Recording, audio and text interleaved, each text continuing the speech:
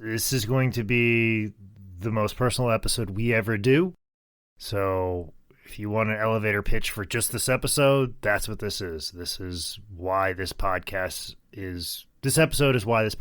exists and was created to begin with years ago. So buckle up.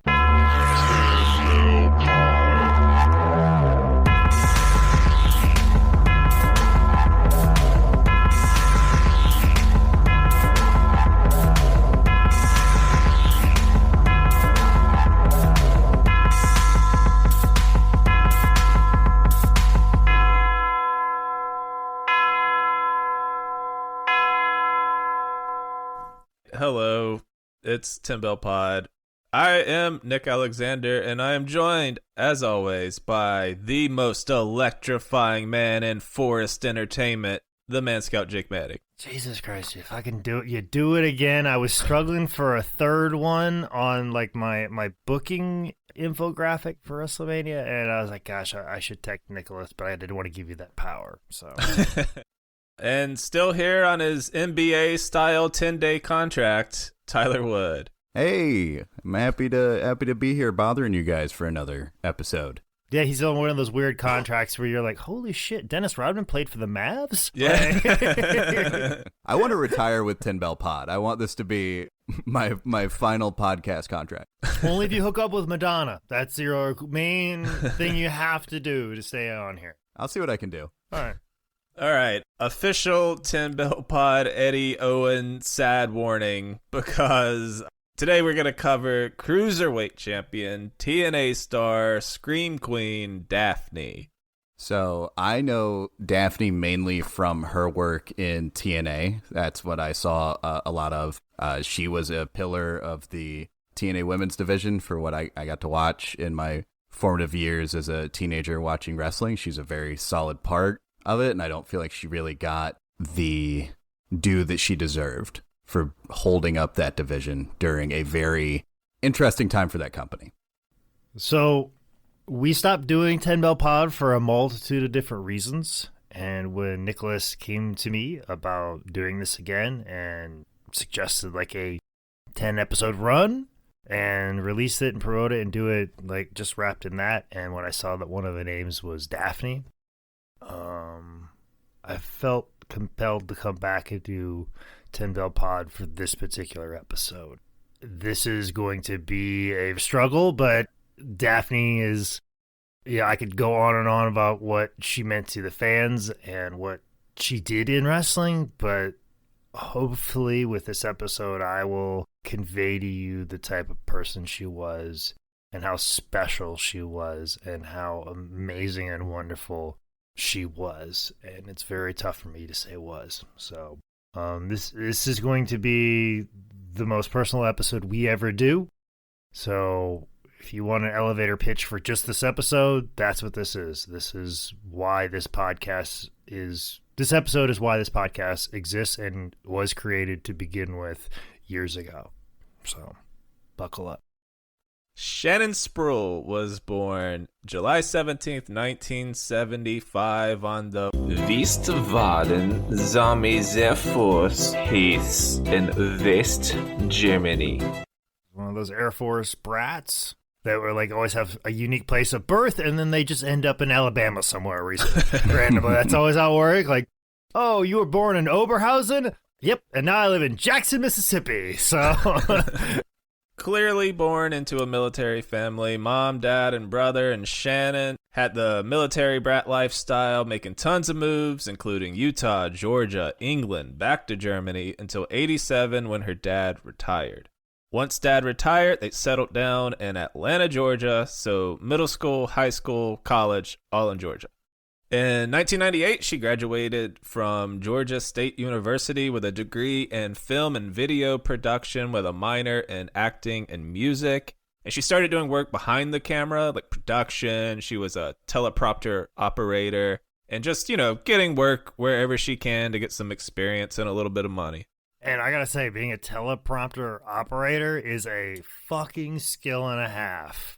That was the thing that terrified me the most about anything in the broadcasting department, which I got my degree in broadcasting. So that was like one of the things that me and Daffney would talk about a lot, like especially very early of like filming promos and put them on YouTube. Like I don't think they're hidden in my YouTube page anymore. I think I might have deleted them away, but I'll go see if they're somewhere uploaded on YouTube years ago on my original YouTube page, which is still up right now and still is pathetic as far as subscribers go.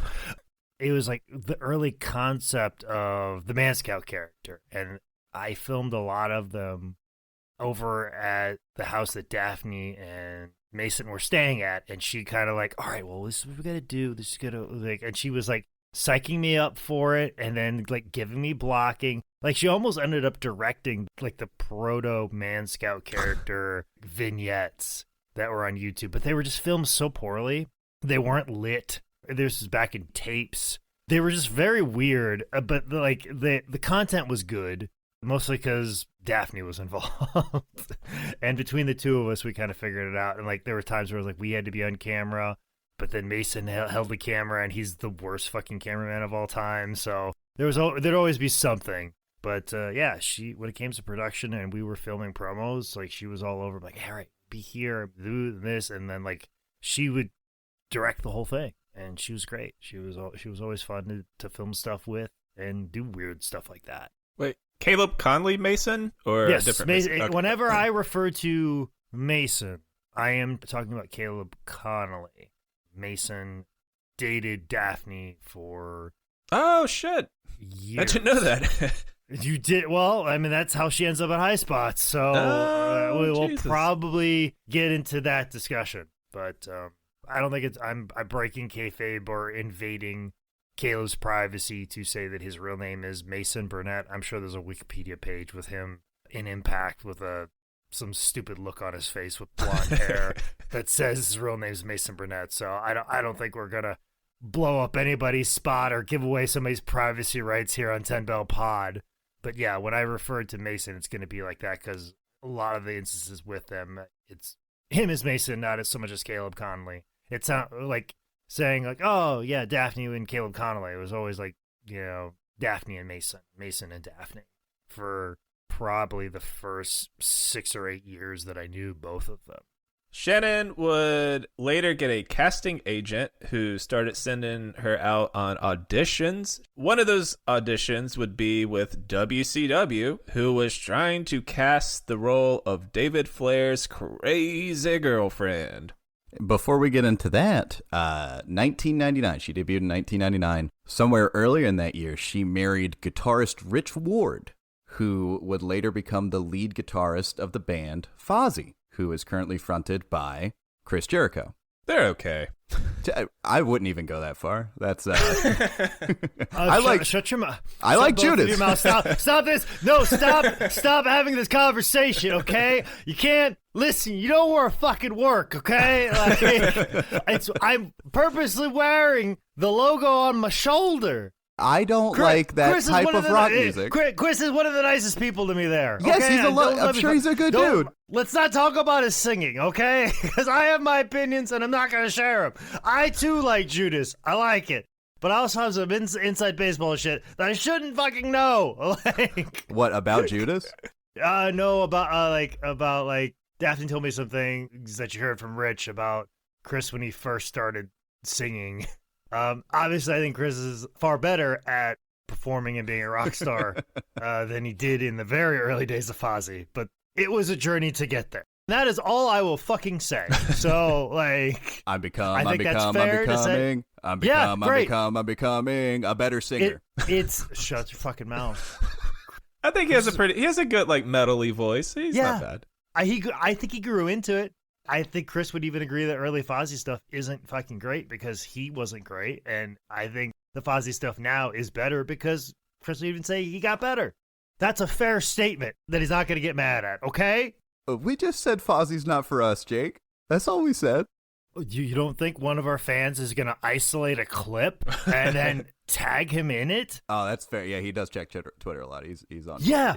Fucking always just be aware that everybody's listening to everything instead of just be like, this is a safe space where I talk with my friends. My name is Tyler Rogan. I don't need to think about the things I fucking say. Whoa.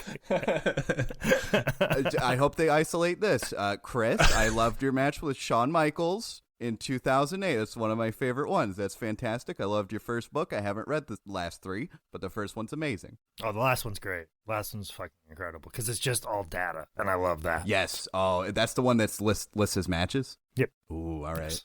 Can you get that signed for me if I send you one? I wouldn't ask you to get this. Would not ask you to get shit signed for me. I like how you put in like, I wouldn't dare ask you to get shit signed, but if you did, I'd really appreciate it. My birthday's coming up in May. I know you got a signed Jericho book in your road case just sitting there, just give away to somebody that needs it. You know, just saying. So we all hate Fozzy. What's next? Fuck off. Daffney obviously had no proper wrestling training, but she was a pretty diehard wrestling fan, and that actually helped her get this job. The casting person was like, we need a crazy stalker for David, and Daffney was like, oh, like David's currently doing for Kimberly. And that guy was like, a broad that likes grappling, you're hired. I don't know how much she liked it at the time. I think she said she was like aware of wrestling, but I don't think it was like having the same stories I had. I think she's like, oh, I like Macho Man. I like Miss Elizabeth. Probably very casual, much more casual than it would be for anybody that would have got into wrestling initially, but probably more passionate than some of the people they hire at the PC. She wasn't like quoting Buddy Landell's Smoky Mountain Wrestling promos, but she knew who was on TV. Yes. And she had her favorites that she liked growing up. So she got the part, and from the twisted wreckage that was WCW would be born Daffney. And that is Daffney with 2 Fs. She seems to harbor the same spelling rage that Jake does over Man Scout being 2 separate words. Oh, yes. Very, very much so. Like, very particular on the spelling of Daffney. But also, too, here's a trivia question. You did all this research on Daffney. What is Daffney's, the character Daffney, a hometown? She had a few. I think she did Bat Street. Well, that was more of a rib on fucking Michael P.S. Hayes and the Freebirds. I think she did Atlanta. I think she did Parts Unknown. I saw a list. I can't. What is it? What is it? Allentown, Pennsylvania. Ooh. What's the story behind that? When she did the pre-tape where she was like, David Flair's like my favorite wrestler, and she was like in her room like being all stalker girly on like the Nitro Party things they would show. She was like, I'm Daffney from Allentown, Pennsylvania, and like that's where the whole character started. And I think she just kind of randomly picked it. Like, yeah, that seems like a place that this character, because she took it like an actress. Yeah. That she's like, yeah, this is the place where this girl would be from, would be Allentown. And I remember we were driving back from some convention, and she's like, oh, look, it's Daffney's hometown. Like, my character's hometown. And she'd point that out. Allentown seems so pointed because it's such a WWF town, but that's completely coincidental. Yeah, I don't think there was anything really behind it. I'm like, it seems like as an actress, she was like, that's where this character would be from. Part of me thought it was like a connection to Billy Joel somehow. Like she thought like... It might have also been because I think maybe WCW was coming through there and she was going to debut there. I think she might have thought about it more depthly. Like she may have made like her first like live appearance in Allentown too. I think she might have been thinking that like that far ahead, like, oh, well, when I show up on TV, it'll be in Allentown. So I'll say I'm in Allentown, and that makes sense why she'd be there because Daffney wouldn't be the type to travel or something. Yeah. I think it might have even had a little to do with that, but I also might have been just like, yep, Allentown sounds boring enough. Let's go do that. And fuck Billy Joel, as you mentioned earlier. Well, if I was going to compare Billy Joel to Chris Jericho, Fuck, no! We got away from it. Chris, I love you. I'm going to give Jake a heart attack. All right, guys, I'm fired. I know. Okay. Yeah, see yourself out the door. So I'm glad we have an early opportunity to make Tyler suffer through late stage WCW, because it's kind of like when the Bloods and Crips beat in a new member. Only way you leave now is on a pole. So as Jake brought up, Daffney would first appear on WCW December 6, 99's Nitro in a pre-taped segment about an hour and 1 minute into the show. Tony Schiavone sets up that fans have been sending in tapes of Nitro parties, which is clearly a lie. Daffney, looking all mall goth and such, appears holding a teddy bear, shaking back and forth, and making what I can only describe as a Nick Alexander amount of eye contact with the camera. Oh, that's amazing. And accurate, like nailed it. Like, are you sure you're not Daphne's brother? Like, that would be like the biggest twist of all. And surprise, I'm actually Daphne's brother. In the background, you can see a little shrine to David, and she mentions how cool David is. And this is just a nice little subtle nugget of an introduction to an angle. It comes off really real feeling and just weird, and they just kind of move on with the show. Don't make a big fuss about it. Then Daffney would show up for real at 99 Starrcade, and while it never reached the levels of WrestleMania, this is WCW's big show, so like pretty high pressure situation to toss this actor with no wrestling experience in front of 8,500 people. I think WCW did this a lot with some of the women. They were trying to find a way to capitalize on women in the most late 90s, early 2000s way that people in charge of wrestling thought. They're like, we need to get more broads watching the show. What do we need to do? We should get some more women out there. Yeah, we can't just have them wear regular ass fucking clothes. We gotta parade them out doing women's shit. I don't know. Like, and they're just like trying to put more of an influx of females on the show, thinking that just alone draws women to the program.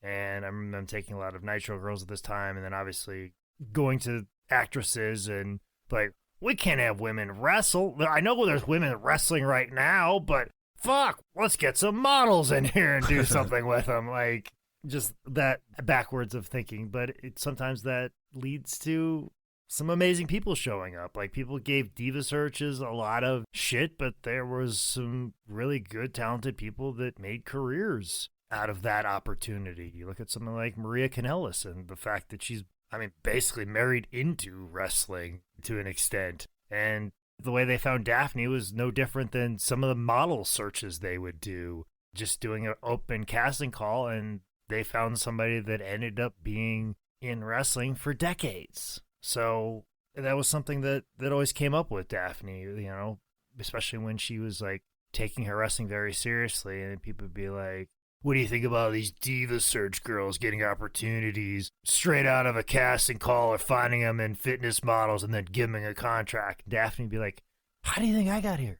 This is why I'm here. This is how it happened for me. They just threw me out there because I was a woman and I lived up to the opportunity. There's always something to be said for that. So no thing is ever ultimately good or ultimately bad. I'll give her a ton of credit that she came in that way, and like we said, she didn't love wrestling the way that somebody who might get in it the traditional way did, but she fell in love with it, and as she went and WCW closed down, she worked and became a better wrestler. And there's so many of those people from the diva searches or from the talent calls like that get their opportunity, and then when it's done, they're done. And she kept at it, and she improved, and she really nailed it as a performer. To set the scene at Starrcade, David Flair was doing this kind of crazy David gimmick, and before the match that night against DDP, he's shown with a very familiar teddy bear, as well as a gold crowbar, as this was going to be a crowbar on a pole match. So Ric Flair's son had gone crazy. Brian Pillman turned into the loose cannon 4 weeks after joining the Horsemen or less. And Rick drove Arn Anderson so insane that in order to escape reality, the poor man decided to live in kayfabe for like 40 years. For legal reasons. I am not allowed to talk about Rick anymore.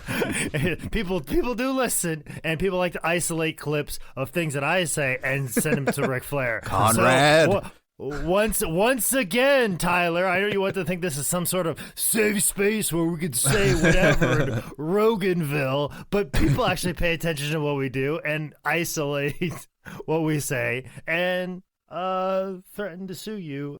Take a minute and just say, head on over to saywithconrad.com for your chance to get some money off your mortgage and your credit card debts. Conrad's a good guy, even though he doesn't like me. That's okay. He's a good guy. I like him. He hates me.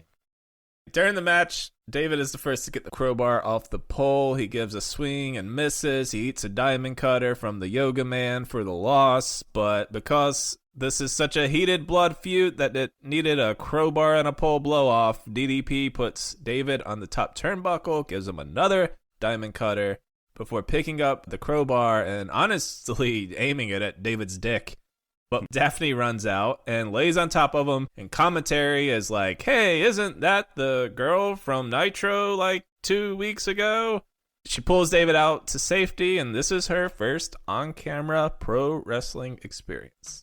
As a side note here, Medusa won the Cruiserweight title at 99 Starrcade to become the first ever women's champion, just kind of a setup for later. Medusa had to be Susan so Daffney could be Anthony. Stay woke, y'all. It was the most impassioned, stay woke, y'all.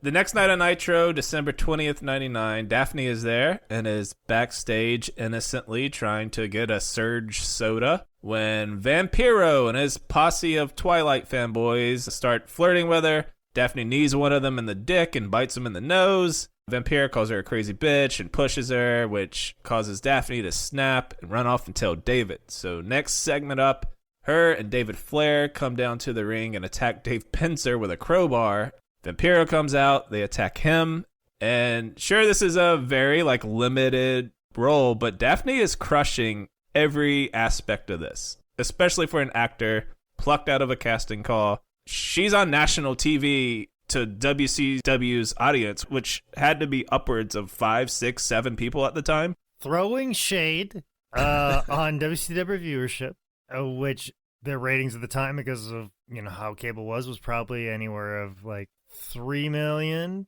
maybe 2 million people, which, I mean, fuck, you'll get a TV contract for 10 years if you can bring somebody to 1 million viewers. And throwing shade on the Misfits, not even acknowledging that they're involved in this whole thing. I don't even know who you are. You might be Daphne's. You might be Daphne's brother, because that's how little I know about you right now, Nicholas. Following this, Daffney would start managing David as well as his soon-to-be tag team partner Crowbar. Crowbar being Devon Storm, who seemed like he was like an indie grinder, a solid hand, as the Good Brothers would say. Do you know Devon at all, Jake? Hell yeah. That guy's fixed more pro wrestlers than anybody. He is saying he's a chiropractor would be, I think, very limiting of his skills. He does a lot of sports rehab. Okay. And there's a lot of guys that got really fucked up on indie shows, and basically Devon Storm pieced them back together. Also, too, he was definitely an indie darling, but he was also a guy who was getting a lot of shots and opportunities in ECW. He had matches with Sabu. He'd be on some of the house shows, some of the TV matches, just in kind of a jobbing capacity, but you could do a little bit more than that. I mean, he was in those circles of Don Montoya, Reckless Youth, early Lance Diamond, Simon Diamond, that whole crew of guys in Northeast Indies. He was just a good hand brother. He was an indie darling to an extent. And this is his first opportunity, first real big opportunity. And Crowbar at this time, it was the biggest thing he ever done and probably the most fitting thing he ever done. I don't think the lime green and black spandex with fringe was quite who he was. And now he kind of does this leather pant, weird, gothy looking thing, where I think Crowbar is just enough of a mix and just timely enough in late 90s that I think it was the coolest incarnation of him in what he did. And it was a thing that he was on TV for. So he'd been doing jobs for WCW for years, and it's just one of those things that you're in the system of doing this, and all of a sudden they give you this character, this gimmick, and then you're on TV on a regular basis. This is the prime of Crowbar's career that he's been able to wrestle on indies with for the last 20 years.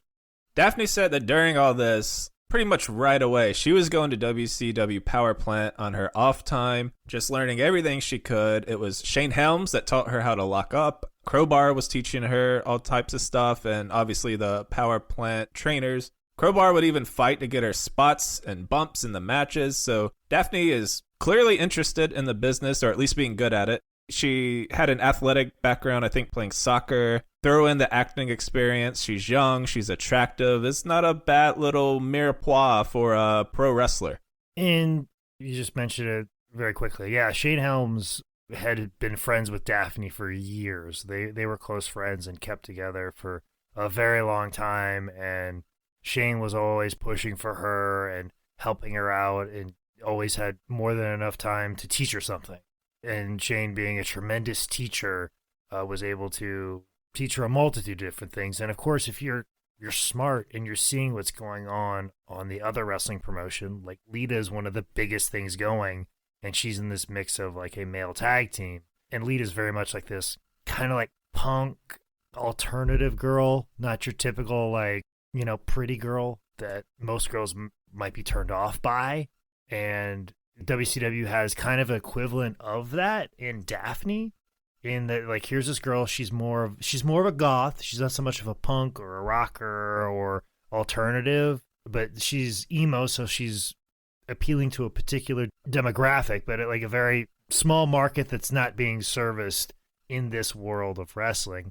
And Lita would be used in moonsaults and hurricanranas and whatever they could. So it was kind of like a situation like, well, we have this girl. She appeals to this audience. If we can get her to do a spot or two, it's going to make our matches better. It's going to draw more attention for us. It's going to put us in high-profile situations because now the females are paying attention to us because Daffney's out and she's doing her thing, and women are like, yeah, I like that girl. And then like dudes that like goth chicks like, yeah, that girl's hot because she can do her hurricanrana off the top. Whatever it is, it brings attention in that late 90s, early 2000s. If you're not paying attention to what's going on with Team Extreme, the Hardy Boys and Lita, and how much of a force that is, you'd be stupid. And if you had an opportunity to capitalize it in any type of way or do your own WCW version of it, you got to go for it. So, and they had it right there, and they were very close to it. And I don't even know if WCW understood what they had with Crowbar, David Flair, and Daffney, like this kind of like outcast kind of thing could have been pushed in a very similar way. But I mean, I've listened to like, Eric Bischoff on podcasts saying like, I don't get what the appeal is of Daffney. I don't understand it. And it's just like, dude, like some guys like goth chicks, some girls like emo girls, and females that are of that want to see those girls. Like that's not an everything attractor. There are different things that attract people to different people, and seeing the appeal of Lita, just saying, oh, she's a beautiful girl and that's why people like her. Like, no, they liked her because she like had tattoos and shit, and she was cool and she didn't conform, and a rebellious spirit. That's what made Lita so special. So another example of just something that WCW had, they didn't even realize the gold mine they had.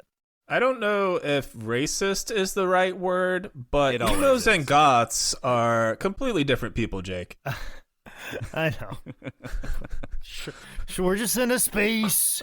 This is, you got that big neon sign behind us, the Nick Alexander experience. You just feel like you can just say whatever you want.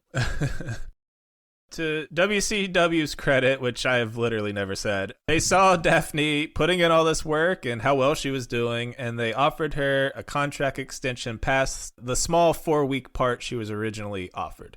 Daffney, very Lita style, would manage Crowbar and David to a tag team title reign. It was pretty short. They won a tournament with a big fuck ending when Arn hit Kevin Nash with a crowbar, the tool, not the man. By spring 2000, Daffney was getting sucked into the New Blood stable, which would more or less put her in at least the orbit of the main event scene, since Russo was like, I know what will save WCW, bro. Me getting 63 minutes of screen time per episode.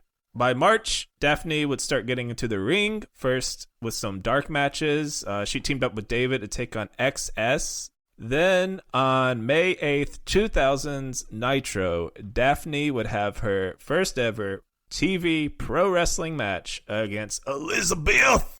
There was a backstage segment to set all this up. Russo's screaming at Elizabeth about God knows what.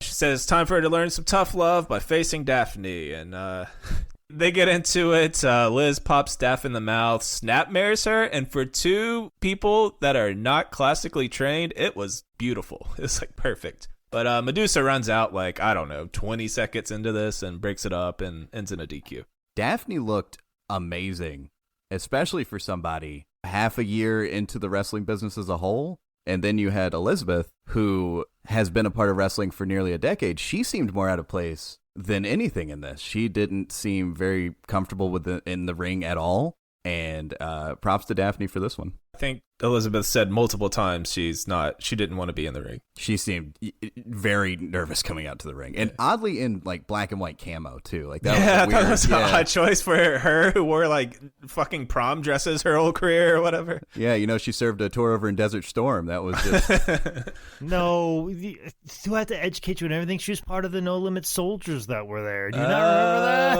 Oh no! No, I'm making that up. Okay. You can do so many Mandela effect things with late WCW that you're like, did you remember like Miss Elizabeth was part of the No Limit soldiers? She had that whole segment with Master P. He was like, I'm going to make it say, na, na, na. And Miss Elizabeth did the na, na, nas. You never remember that? Come on. But no, yeah, Liz she had no desire to be in a ring. And that's the other thing, too, is that both these women are well liked. And I'm sure whoever's putting the match together, they're like, probably went up to him like, hey, can we get in the ring early and go over it early? We want to make sure it looks as good as possible. I know it's only like 20 or 30 seconds, but we want to make sure it looks as good as possible. And like, if you don't have a lot of experience and you're coming to a person with a bunch of experience, an agent or whoever's putting this thing together, and you come at them with that attitude, like, I'll show up early. Let's make sure we get this right. Let's do this as good as possible. Like, you can work with that. If you're coming into it with that type of energy, everybody's going to help you be successful.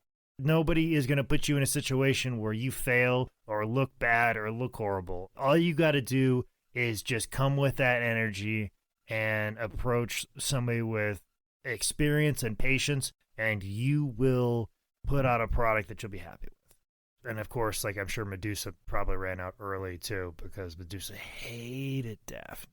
Oh no, really? Hated her. She hated all of the girls that got hired, like during that time period, and all of the Nitro girls that got converted over to wrestle, because a lot of times Medusa was the one asked to teach these girls things. Yeah. And she didn't want that spot. She didn't do that spot. So then, like, Shane Helms was like, well, this girl has a good attitude and wants to learn. Well, I'll just go ahead and teach her some stuff. If Medusa's not doing it, I'll just go ahead and do that. Here's somebody that wants to learn professional wrestling, something I love, I'll teach it. But yeah, Medusa hated Daffney. But that is more of a Daffney situation than probably a personality. And the way it goes in wrestling, once people have made their mind up about you, they will hold that judgment in their mind for 20, 30 years. I've seen it happen a million times. So the May 15th Nitro is a huge night for Daffney. First, Chris Candido walks out with Sonny and says they are the best couple in wrestling, which is debatable. Sidebar real quick, I went back and did a re-edit on the Chris Candido episode and fixed that weird, jarring 2-part break in the middle of it. So that's fixed. So sorry, everyone in 2018. A side crowbar? Go back. Oh, I'm sorry. Was there a pun that happened? A side crowbar. Yeah, that's it. Yeah. I heard something I heard something like land flatly. I wasn't for sure what that was. I'm in a new house and it makes weird sounds, and I just heard like a flat sound, and then like I recognized that Tyler was talking. Like, oh, he was probably saying a joke. That's what's going on. Does cool. your house sound like it's trying too hard?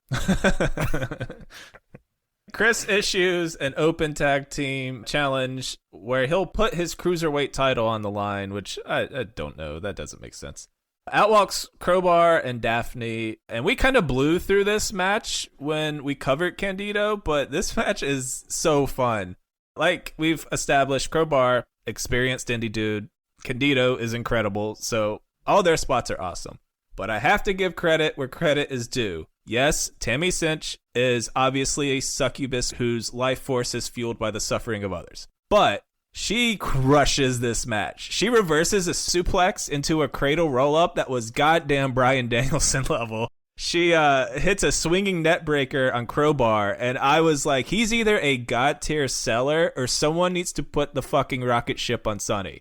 Meanwhile, Stacy Keebler walks out to the entrance ramp, and Miss Hancock is who she was. She starts dancing for some reason because WCW is a fever dream at this point. Oh, yeah. Sonny tries to check on Chris, who's getting pummeled on the wrap by Crowbar. Daffney rolls her up for the 1-2-3. So the cruiserweight title goes to Team Crowbar and Daffney, making them co-cruiserweight champions. So my biggest problem with this match, Crowbar came out carrying a lead pipe. Are you fucking shitting me? His name's Crowbar? Are you? What the fuck? This very same Nitro, David, Daff, and Russo go to Ric Flair's house. I thought it was a pretty good little troll segment. On the way out, they run into Reed, which is sadly an episode we did, and also little baby Ashley, a.k.a. Charlotte Flair. The only thing from this that I have a question about, why are they saying sports entertainment so much? Is that a dig at WWF specifically, or what? Oh, yeah. Yeah, that's okay. exactly what it All is. Right. AEW does it, too, because Vince hates the word wrestling. Gotcha. He doesn't refer to his wrestlers, they're superstars. It's not wrestling, it's sports entertainment. Mm-hmm. He refuses. Do not do that. Yep. You will get fired. He hates wrestling. He hates Southern wrestling. He hates everything that everybody's like, oh, old school. Like all those things that old-time wrestling fans and all the terminology, he hates every ounce of it. He wants to rename it because he is rewriting the history books. But that's why AEW is like, they hit wrestling so hard. And anytime somebody comes in who's like talent or production or in front of a microphone, they over accentuate the word wrestling because they're so relieved to fucking say it. And I take a lot of pride that I am working for a wrestling promotion. I don't work for a sports entertainment conglomerate. I work for a pro wrestling company airing on TNT and TBS. Like, we work for a professional wrestling company. All very proud of it. Well, this is a sports entertainment podcast, so... and I'm stopping record in 1, 2, 3. Good luck syncing up this episode. So. That would be so fucked. What a maneuver by Jake. The following week, on May 22nd episode of Nitro, Crowbar and Daffney faced one another to determine the undisputed World Cruiserweight Champion. You know, they're doing the whole thing where Crowbar doesn't want to fight her. That brings out former champion Chris Candido, accompanied by Namtar, demon of Sumerian folklore, or Tammy. They come down to the ring and attack Crowbar and Daffney, and the ref just allows it, which I don't know. Chris and Crowbar get into a couple chair spots, leaving Crowbar knocked out. And this is very similar to that Eddie China match. Daffney's just kind of like checking on Crowbar, and the ref takes it as a pin, and he does the count. And Daffney is your second ever woman to become WCW Cruiserweight Champion. Medusa's in shambles. Daffney was like kind of proud of this. And Shane always took pride in being the Cruiserweight champion. Daffney took pride in the Cruiserweight belt. So like, hey, we're Cruiserweight besties, you know? I know if we ever, during the VGT days, if we ever had a Cruiserweight title belt for former champions to sign, we would have had like Shane sign it. We would have had Daffney sign it and done some sort of like art graphic piece, I'm sure. I would have, and we would have been breaking probably logos and copyright laws, but, you know, fuck it. I worked for High Spots. We didn't care about that shit. So we infringe upon people's copyrights. It's okay. It's all in the sake of making money. Yeah, I absolutely bought a like best of McFoley DVD from High Spots back in the day, and then when I saw him at one of the stand-up comedy shows that he did. I got it signed, and he's like, I don't think I got any money from this. I'm like, okay, thanks, Mix. Nice meeting you. Ran away. Yeah, I didn't realize the carny bubble that I was in for about 16 years until I started working for like a company, and I go, "Ooh, we were the outside of the law." Like, I was literally a gypsy vampire pirate. I kind of still am to an extent. Like you don't unbecome that to an extent, but I was like, whew. And, maybe Rocky Johnson was in the right, Jake. We haven't done that episode. Tune in next week. But no, Daffney was super happy about this, but she kind of knew she was never like Judy Bagwelling it up about this accomplishment, like telling people like, I never lost those tag belts, I should still have them. Like, she wasn't doing anything like that. She's like, oh, this is a cool thing I did, but I'm not Dean Malenko. Like, I think she kind of like knew what it was, appreciated it for what it was, and it's a defining moment in her career, and she's like, hey, I did that. I'm pretty happy about that. But it wasn't her defining characteristic. So I think that's the spot that it occupied in Daffney's life and her career. So she has a couple title defenses. May 24th on Thunder, she defend the title against Candido and The Artist in a triple threat, and she's wearing a black wedding dress because at this point she was engaged to marry David Flair. The guys actually wrestle Daffney here, which that brings out Crowbar. Sonny, who is ringside feasting on the dreams of children, pauses to hit Daff, but she ducks. Chris gets hit. Daff falls backwards on top of him, getting the pin and the win. Nick, I'm getting the feeling you don't like Sonny. No one likes Sonny. Nick, I got a feeling that you don't like Sonny. Nobody likes Sonny. Won't even let him finish the facetious question that he's posed. Nobody likes Sonny. Like, I feel like it's going to be like everything. Like, Nick, I got a feeling that your audio levels are a little bit. Nobody likes Sonny. Daffney's title reign lasted till June 7th's Thunder. She was defending her titles against Lieutenant Loco, who is Chavo Jr., and Disco Inferno when she's distracted by Stacy, a.k.a. Miss Hancock, who's trying to steal her man. Meanwhile, we get a run-in by the Misfits, the faction, not the band, and G.I. Bro, a.k.a. Booker T, fucks up Disco, letting Chavo get the pin and the win.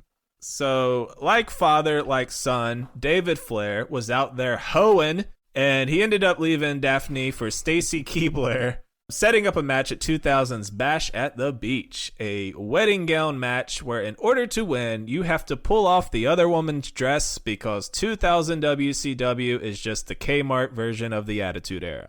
Stacy rips off the ref's pants, which seems like a DQ. Daff pulls down David's pants. Crowbar runs in and just takes off his pants. Stacy loses the match by taking off her own gown so that she can dance. And then Daffney hits her with a wedding cake, 5 3/4 stars. I'm so glad I wasn't around for this. But you know what? I feel like this is what this was, and what I knew about Daffney. Like, I think this was like she probably didn't feel comfortable. Like, she probably was like, this is so sexist. Like, can't we just wrestle? Like, it could be a bullshit wrestling match, but why does it got to be like a evening gown match? If I know Daffney, she had her issues with it that way. Even though she's like, hey, I was a casting call girl and I'll do whatever, and I'm new, but I'd like to wrestle. I like wrestling. Can we just have a wrestling match? Bro, you don't understand, bro. It's gonna make money, bro. No, you don't understand, bro. There's only room for one Vince Russo in here. You wear your Kmart Mets gear. You think you come to me? You know very well, today is the day that I wear my Knicks gear, and I'm about ready to choke the shit out of you like Knicks legend Latrell Sprewell, baby. All right, you greasy-haired motherfucker. I don't want to hear no more of it. Jim, what are you doing here? You just missed Vince. He heard a tennis racket swinging from down the hall of the 10 Bell Pod studios where we're all three in. I'm sorry you missed him. I know you've been trying to get your revenge, I guess pee on him because you have some weird kink fetish to pee on him. Is that what it is? You would need to pee on him? I will piss on his grave. Oh, it's his grave. I always just thought for the years you wanted to piss on Vince Russo because that's some weird fetish. I mean, I get it. To each his own. I'm not going to kink shame you. Whatever you want to do, I'm not going to kink shame you as long as it's consenting adult. That's all I ask. Listen here, fucking man scout, all right? You gonna come in here, you think funny makes money? No, sir. You would have been in my Smoky Mountain Wrestling in 1991. You know what I would have done? You know what I would have done with you? You would have booked me against Cowabunga and we would have had a 10-star match. Damn right. To speak on that, Daffney, she was very attractive, and she could have leaned into that easily, and I think it would have went well, but I think she wrestled her entire career without ever doing any kind of, like, you know, getting on her knees and barking in the ring to Vince McMahon or doing a bikini match. There's a spot in TNA, I remember this, where it was, I think to save her job, they're like, you need to strip or something like that. I didn't go through it back in the research, but she's like begrudgingly like she got like one shoulder strap off, and then there was like a run in or something. Yeah. That's the closest I think she came to any of that TNA stuff. Well, she was very much against all of that, and kind of circle back to my point. I think that's why you saw everybody take their pants off, is because I think she probably confided in Crowbar and David. She's like, hey, I don't really feel comfortable doing this. I mean, I'll do whatever. So I could see Crowbar being like, if you guys got to take your clothes off, fuck it. We'll take our clothes off too. And it's like kind of an equal opportunity thing. Just like, we're going to make this a gag. Yeah. We're going to make this gaga. We're going to make this funny and not sexual. Yeah. And I think that's probably something that was put together by the three of them and make it what it was. And that's why everybody's clothes came off. Because it's like, if everybody's taking the clothes off comedically, then it's not sexy anymore. Right. Then it's just a bit with nudity. And I think that's kind of what it is. And Daffney always fell in that line of like, it's okay to be a casting call, like diva search girl, but like, you're brought here at a wrestling company, let's do wrestling. Yeah. But Daffney herself, she took sexy pics, but in her own way, in her own style. Yeah. It wasn't, Daffney, we need you to do a bikini shoot. She would do bikini shoots, but she would do them, you know, like, hey, I need some sexy pics. And also, too, like, I mean, fuck, look at Instagram. Yeah. I mean, better yet, look at fucking Brian Cage's Instagram. That motherfucker is like in his fucking boxer briefs, pulling him fucking down, almost showing off his fucking wanger, so people could say he's got a good body. I mean, and you know what? Jake Manning's fucking guilty of it too. This old thirst trap Manning used to post them all the fucking time. Used to? You've done it in the last 3 months. Well, because there's a lot of progress to show off, Tyler. We're all looking for a little bit of validation of how good our bodies look because bodies are so important to this whole thing, and men and women are in this industry are no different in the same sense that like men prefer to wear trunks because it shows off more of their body or take fucking gym selfies. That same energy is why female wrestlers do bikini shoots. And also too, they can put a picture of it on a merch table, and if they have a different one every time they come to a town, they can clean up and make hundreds, thousands of dollars on selling that 8x10 at a show or online or wherever. So it is my monetary financial to do that. And you know, Daffney, when she took sexy pics, it was of her own style. Yeah. There was that thing of zombie hot that I think maybe like Taz coined.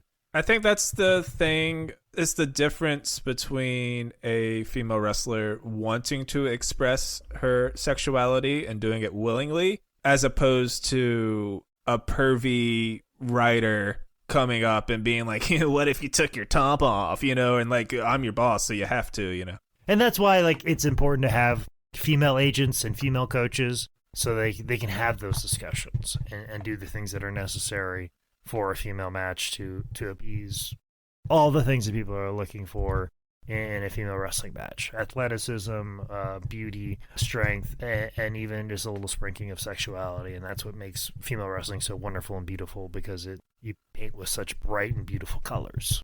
Following this, Daffney would basically just kind of valet for Crowbar until WCW does some massive cutbacks, releasing Daffney and several others February 2nd, 2001, about a month before Vince would old yeller WCW. Following her release, Daffney wanted to stay in pro wrestling. She fell in love with the business, the life, and like we mentioned, she has just about every tool you need to make a run at it, on top of the ever-elusive TV credit. She started looking for training and ended up at Dusty Rhodes Turnbuckle Championship Wrestling. Jake, I know you've kind of been in this situation with the Flair kids and maybe some others. What's it like to train someone who's already been on like WCW? It's like someone doing a set on Conan and then coming to an open mic and being like, how do I do this shit? It's like, what? You're doing it backwards. It takes a special person to do that. For somebody to be like, hey, I want to continue to do this. Where are some schools? And you just kind of ask around and you figure out. And those are the special ones. And like, you know, she could have just slipped off to the background and faded away, did a couple more acting gigs and been on some direct-to-video or direct-to-DVD releases, like former WCW star Daffney stars in Suburban Commando 2. Yes, yeah. Suburban Commando 2, yes.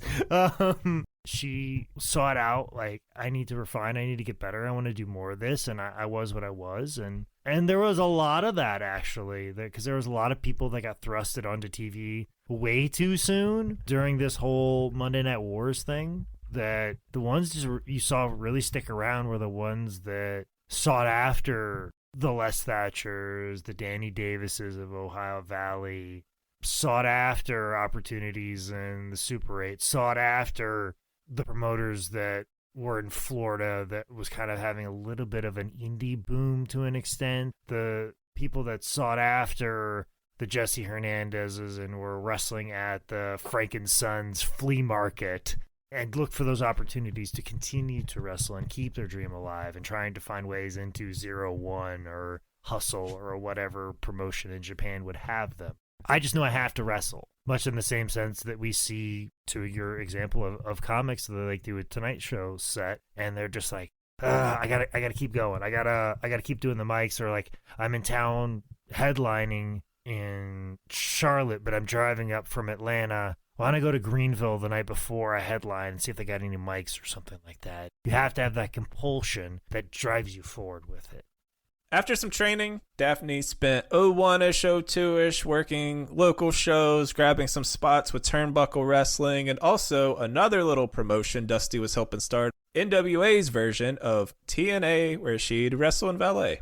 Then 2003 is a big old year for Daffney. She worked for Extreme Pro Wrestling as Lucy Fur, the manager of Vic Grimes, who had now recovered from his New Jack attempted murder.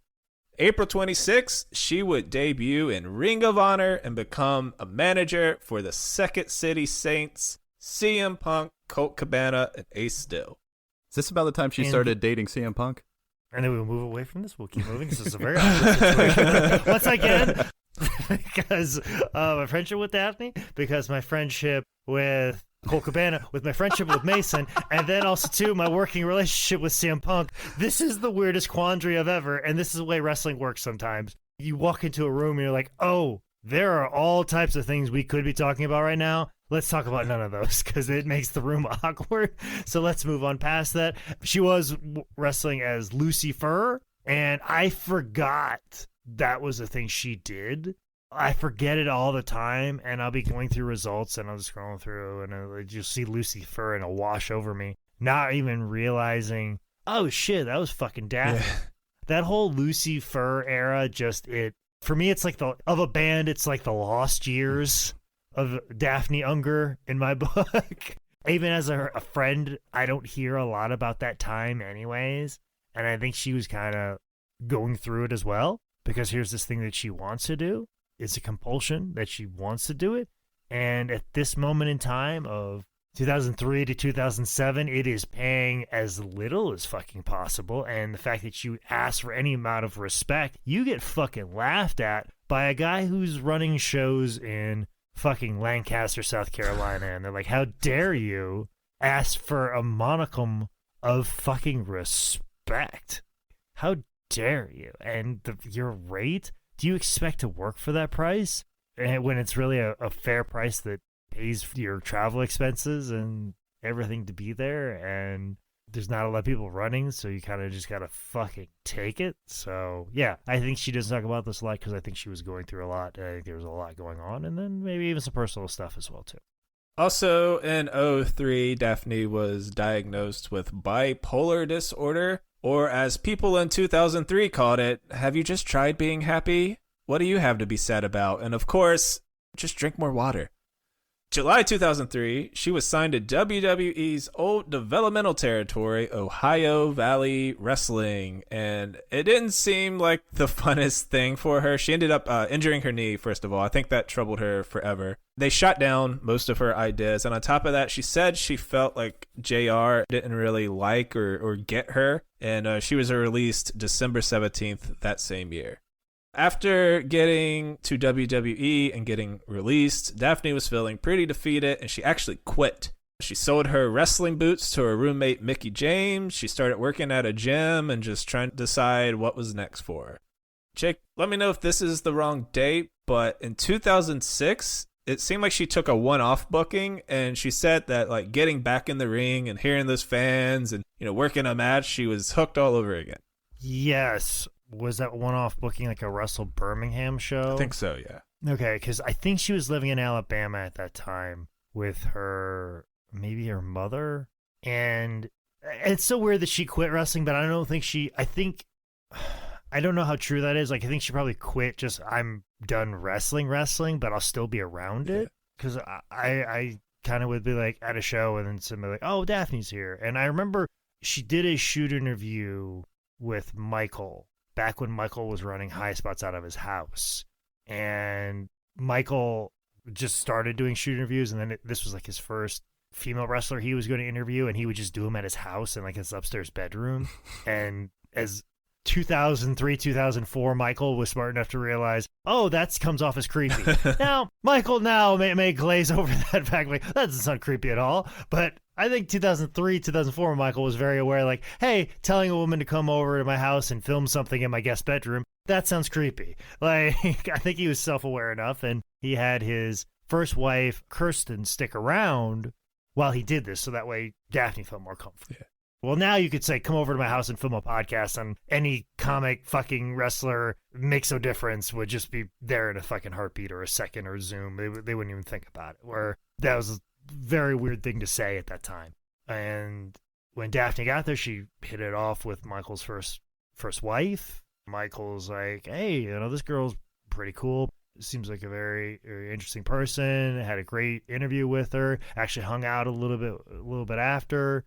And just like, that went far better than expected. And almost kind of a situation like, hey, if you're ever in Charlotte, let us know. We'll hang out. And kind of left it at that. And then when I say we, it was me, Michael, and Michael's friend from college went to a Wrestle Birmingham show because they were having these really great shows in Birmingham, Alabama at this Shriner Temple where TNA ran, I think, their first ever pay-per-view. And we were there. We're going to sell merch, and we paid for a merch spot. We were just kind of like selling, and all of a sudden, Daffney's on the show, and she's having this big light heavyweight feud with Action Mike Jackson, I think, at the time, which is a weird pairing if you know Mike Jackson. But she was there, and she was wrestling, and her and Michael like, oh my gosh, you're here. I didn't realize you're here. And she remembered Michael, and she was there selling her pictures and talked to Michael for quite an extended period of time. And part of the reason why we were in Birmingham is because Michael was going through his first divorce, and he just needed to get away, and wrestling and making money was the thing. He was his escape. And now here's this person that he was talking to that was from his past, and like, oh, it was good to meet you and stuff like that. And Kirsten, because she was having a divorce with Michael, was going to be leaving, and Michael's like, I need somebody to handle my customer service. And Daffney was just kind of wrestling, and Michael was like, hey, what are you doing these days? She's like, I'm just trying to find this and do this. I'm trying to just wrestle and do my thing. And then they got into contact and they started talking, and then all of a sudden Michael's like, you know what? Daffney could probably get into some of these conventions that I'm having a hard time getting into. Like, I could book her as like the guest, and we could do some sort of a split on her pictures in 8x10s and whatever show she's on. Because Michael at this time was very much me and the other high spot students. Like, he would like, you have access to my entire merch warehouse and access to my vehicles. Go ahead and take my vehicles, sell merch, use it to pay gas and hotels, and then bring me back the rest. Just don't steal from me. Go to different places and talk about high spots and let people know that high spots exist. Go do it and spread my tentacles everywhere. Now, seeing somebody who has had some TV time, oh, now my tentacles could spread even further. was kind of what he was seeing. And then also too, Daffney was saying that she was trying to look for a job, and he's like, hey, well, I'll give you a job working in my office, and then you can have access to everything, you know? And she, of course, was dating a pro wrestler at the time named Caleb Connolly, not with a K yet, because he didn't learn how to spell, because he's the dumbest person I know. Just didn't know how to spell his own name. Real pretty, though. A real pretty man, real dark, deep blue eyes, like deep. He who shall not be named. Blue eyes. So she's like, can he come along? And of course, he showed up, and I immediately hated his guts, because that's what I do with all of my friends. I hate them immediately. And that's how she kind of ended up at High Spots, as Michael was going through a divorce. He was losing Kirsten, who worked in his office, saw the value of Daffney, like as far as like going on the convention circuit and getting into different wrestling shows and getting out there. And then also too, she's going to bring somebody else along. So we had another employee, because it looks like we were about ready to lose some other of our interns as well. So he was going to be down a couple of people in the office and bring her on in. And Daffney moved to Charlotte and lived in the notorious High Spots house, which is aptly now nicknamed The Trap. For the students that still live there now, they refer to it as The Trap, because it is the fucking trap.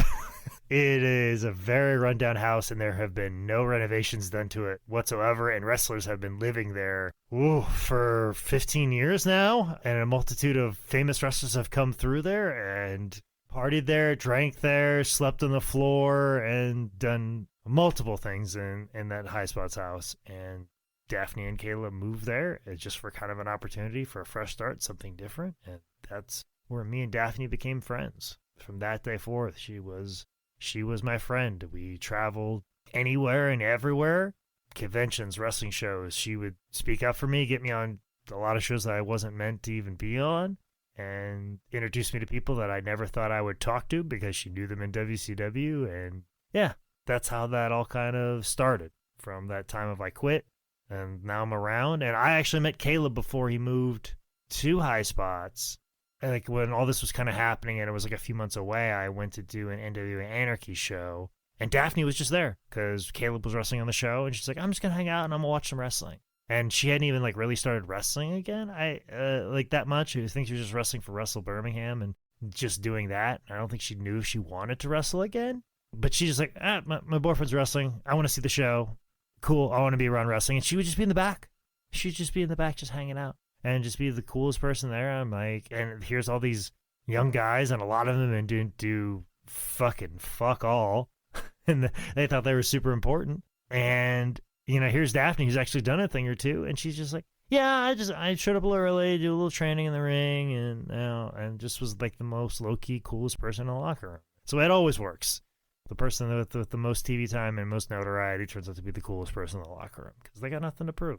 But that's how that whole like spot of not wrestling anymore, let's try it. You get in a feud with Mike Jackson. You meet Michael at High Spots.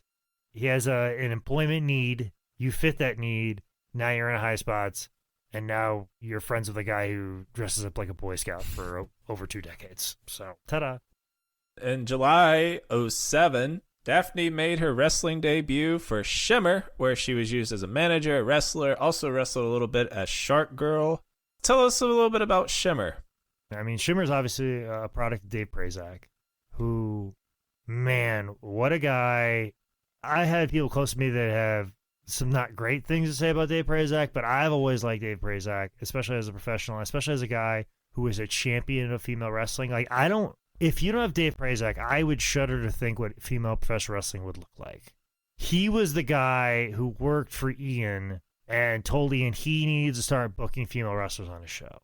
And he booked Volcano Girls, an all-female wrestling tournament, and was champion female wrestling, championing female wrestlers, and then also was trying to find inroads and bringing in Japanese female wrestlers, Australians, UK, women from all over the world to do his Shimmer tapings and produce a high-quality female wrestling promotion. I mean, and every Shimmer event is basically just like another Bola.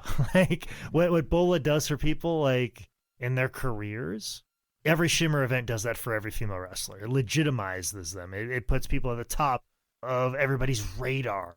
If you're like, who are the top female wrestlers? Well, let's just go to the Shimmer's roster page of the last Shimmer results and see who was on it. It's them. And through Dave Prazak and Lexi Fife, they were cultivating a multitude of talent to present an amazing product and a very serious and legitimate product, and a product that obviously the struggles of somebody like Daffney, this is what you want to be a byproduct of all your struggles. Of like, hey, we want to wrestle. Let us wrestle. Don't put us in a bikini match. Don't put us in a bowl of gravy match. Just let us wrestle. Let us be attractive. Let us go wrestle. Let's go be athletic. Like, I'll wear cute gear and I'll be a pretty girl and I'll wrestle. I'll play that game with you, but like, just let me fucking wrestle. And that's what Shimmer was, and gave so many women their start, their break, their opportunity to succeed, meet friends, lifelong friends, and the importance of Shimmer cannot be stressed enough. It needs to be exalted to the highest degree as much as possible, because it is probably one of the most important wrestling promotions, not just female wrestling, but it's probably one of the most important wrestling promotions that's ever existed, especially at an independent level. And the fact that it's still going and still giving women opportunity is amazing, and especially international women. There's a laundry list of women that got into Shimmer via, like, they were international talent, got into Shimmer, somebody from WWE saw it, and they were signed, and then it became the biggest fucking thing on NXT. That was a path for a lot of women, and that opportunity was given by Shimmer and Dave Prazak and Lexi Fife. Daffney's first match was on Shimmer 14, so pretty early, against Lexi Fife, and it's pretty solid. But if you watch some of her early Shimmer matches, you can tell that Daffney's been trained. She has gotten some experience, and at this point, she is no longer this actor who got into wrestling. She is a professional wrestler. And around this point, she was just right back on the grind, wrestling all over, including a United Wrestling Federation match where Eric Young and Gail Kim took on Daffney, and none other than the king of camp style, the legend of Tentcore, the Eddie Guerrero of the Order of the Arrow, the Man Scout Jake Manning. The one and the only, yes. That was the Hermie Sadler events. And see, Daffney was smart. Very, very, very smart. She always said this. She's like, just, you don't have to open the door for me. Just crack it enough for me to get a pinky toe in, and I'll just weasel my way in. She goes, that's all I need. And, TNA was happening, and, we already talked about how, like, OVW didn't turn out the way she wanted. The head of talent relations was not impressed and not interested in what she brought to the table. TNA was the only other promotion that was on TV regularly, so she was trying to find an opportunity to get in there. And Hermie Sadler was in charge of TNA house shows. And very early on, before Daffney ever got to High Spots, we were doing TNA house shows. A little fun fact, old Jake Manning was probably one of the first street team people for TNA wrestling. I was going into towns like Jacksonville, North Carolina, Gainesville, Georgia, Chattanooga, Tennessee, flyering in a Walmart parking lot and having people come up to me going, what's this TNA thing? What is this? It's a wrestling promotion, and I have to explain and be like, hey, they're doing a house show here, yada, yada, yada. So, like, I had to do a lot of street team stuff, and Hermie Sadler was in charge of that. But then there was a split, and then it had to be UWF. Then it became a little bit easier for me to be on the shows because the TNA shows had to be all TNA talent. And then when they kind of split off and it was UWF, then it's like, okay, well, let's use Jake and some of the other guys at High Spots. And, well, Daffney's here at High Spots. Let's get her in here. And everybody likes and respects Daffney. And we had a really good mixed tag. And we actually had another mixed tag where it was Gail Kim and David Young, I think. Yes, Gail Kim and David Young and me and Daffney. So I wrestled Gail Kim like twice, and Daffney was my partner each time. And she was always like, oh, I'll do this and this. And she always kind of made sure, like, Jake, make sure you get your stuff in. Make sure you look good. Make sure you look good, This might be a good opportunity for you. Somebody from TNA might see you. And, like, she'd always kind of, like, pump me up for these matches as it was a big opportunity, when she was also using an opportunity to wrestle Gail, who was very established at TNA, and get Gail to say, hey, we need Daffney here. And Daffney at this time, she always had like a, this is going to date both of us. This was during the time of a lot of the guys in charge of wrestling didn't know how to open up an attachment or click a link, or there wasn't anything like a Dropbox where you could have your photos. Daffney, and I got this from her as well, and I did, and actually she passed this promo packet. She passed the promo package along for me, but she kept a promo packet on her, a physical promo packet, which was a folder that you open up, and then you have 8x10s of different looks, like a written resume, and then a DVD of your wrestling.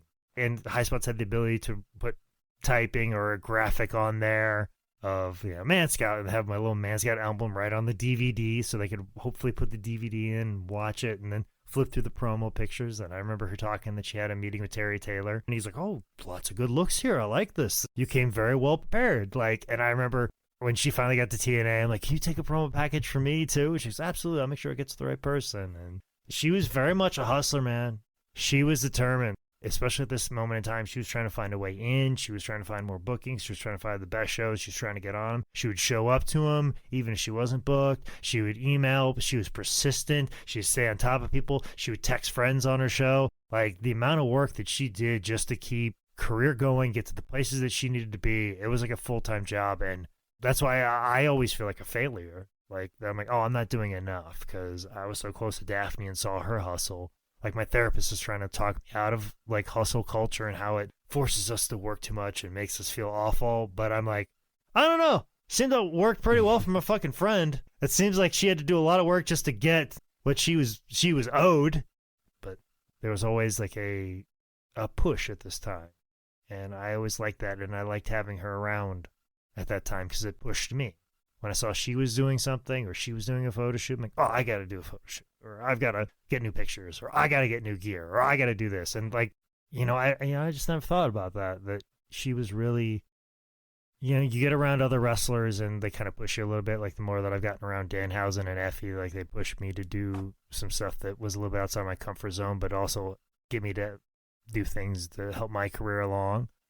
Daffney was that, and you need that sometimes. You need that person that's pushing a little bit harder than you to challenge you and push you. And that's what she was for me, especially this time period. So tagging with her, it was nice for that evening, but she was my tag partner during this whole time of 2007, 2009, and pretty much was a big supporter of mine after that. So, but yeah, from like 2007 to 2009, that was my partner. I was my partner to push me, the person I was looking to, the person I'd ask advice from. She was that person. So, yeah. So you used to carry around an analog website with you? Yes. Okay, Boomer. That is exactly, that's exactly what I did. And I had to have like a couple of them in my bag in case somebody important showed up. And like, can you give this to so-and-so? That's insane. Yeah. That was 2007. 2007 that was happening. Because also, too, it's like there are things available that you could do. You could send him a YouTube link at this time, but the fucking asshole that's in charge of the decisions, he doesn't know how or what fucking YouTube is. What's this gobbledygook? They told me don't open no more of those links no more because they had some fucking virus on my computer. I ain't gonna open that shit. Just crashes his Windows 95 Dell computer. Fun piece of Daffney trivia, she would be in PWG's first ever women's match against Candice LeRae at 2008's Dia de los Dangerous. And Mr. Tyler, I watched PWG. What would you think about this? Oh, this is the year before I started watching. Oh, you fuck. And then in summer of 2008, Daffney goes to the place where I assume most people know her from TNA, which I guess she's technically going back to TNA, but this isn't Cody's old man's TNA. It's a different company. Nick, you can't. Oh, no, now you can. Never mind. Go for it. Now go for it. Just want to let you know all Cody jokes are back on board, guys. They're back on board.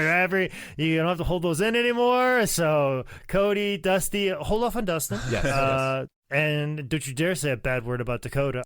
But yes, she had been angling for a position in TNA, and she was given an opportunity to do this, and she worked hard for this, man. And we've seen stuff like this before. We're like, oh, somebody, and then like, oh my gosh, this local person gets an opportunity, and then you never see it from again. But like Daffney always said, just let me get my pinky toe in, and I'll work my way in. And that's what she did. TNA made the mistake of letting her in the door, and she's like, never leaving. Sorry, guys.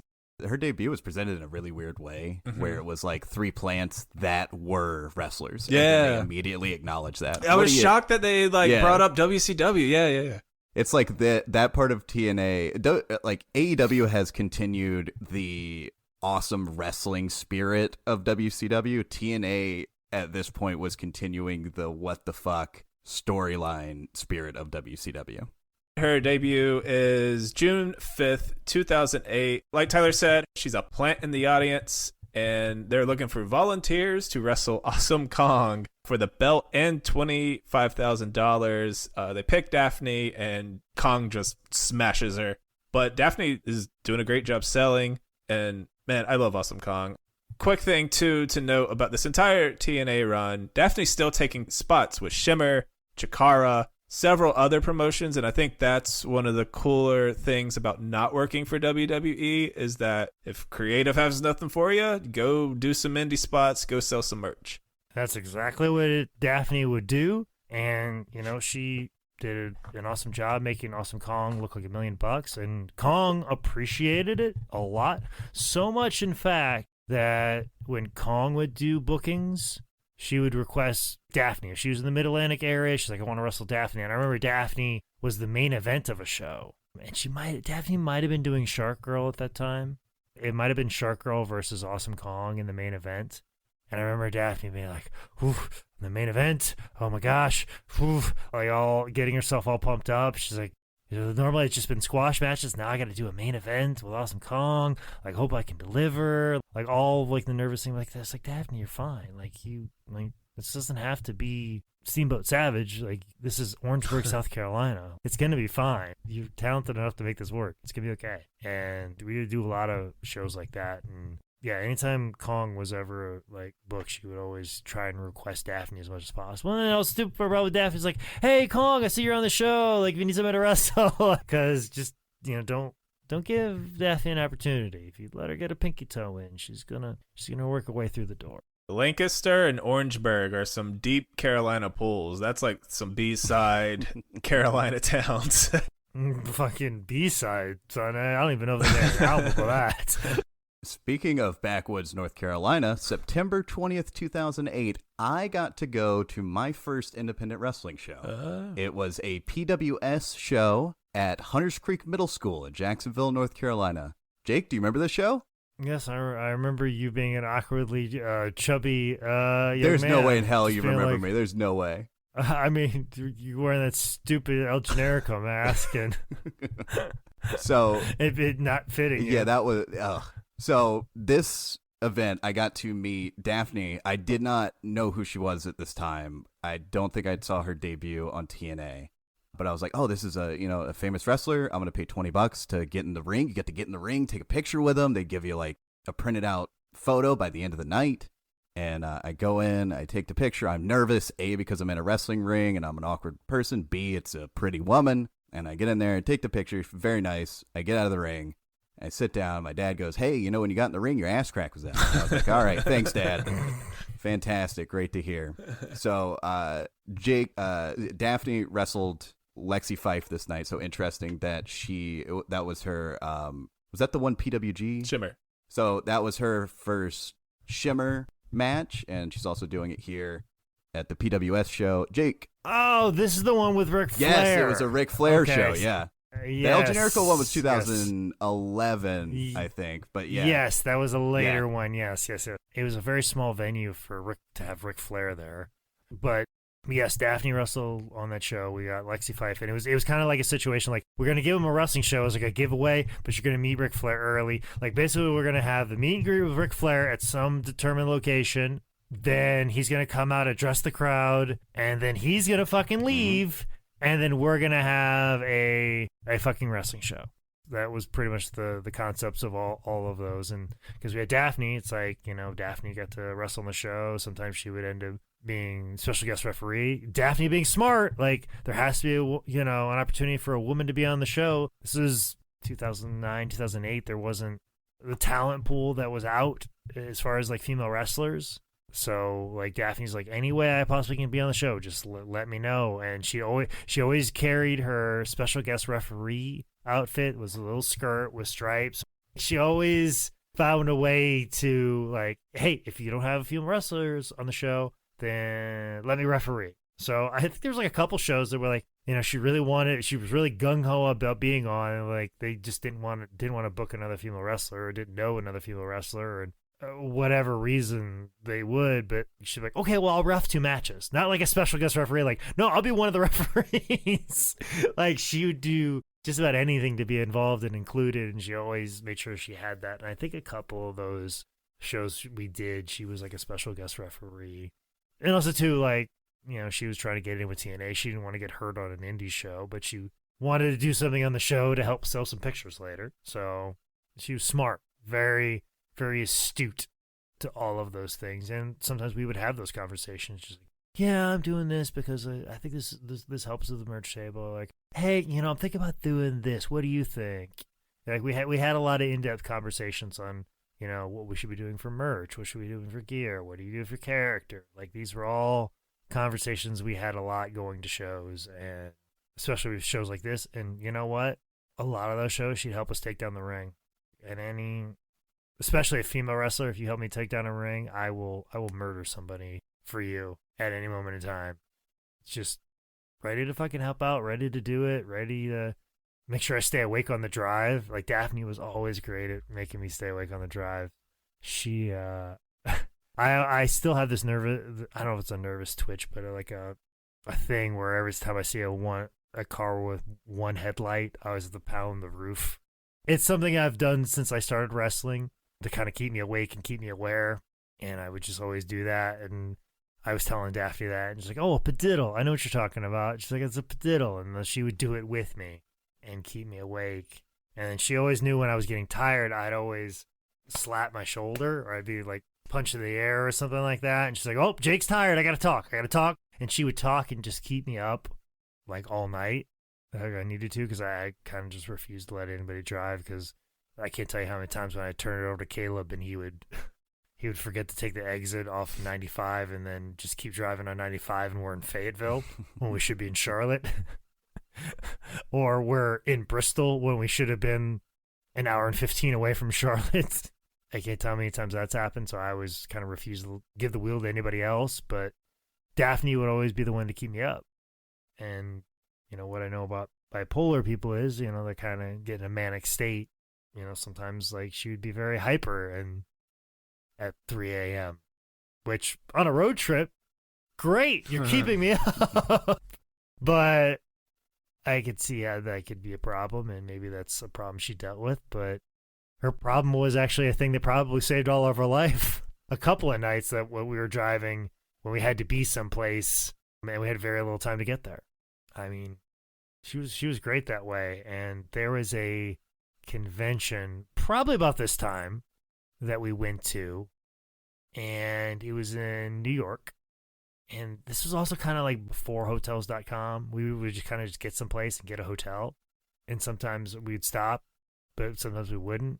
It just made more sense to just keep driving, get to the town, and figure out the hotel situation during the day, and then get the hotel. But if we drive through the night and get to the convention early, set up, and just work all day. So driving through the night, work all day, get one hotel that night, do the convention the next day, it gets over at 4, and then drive all the way back, you're only paying for one hotel room night, which is excruciating.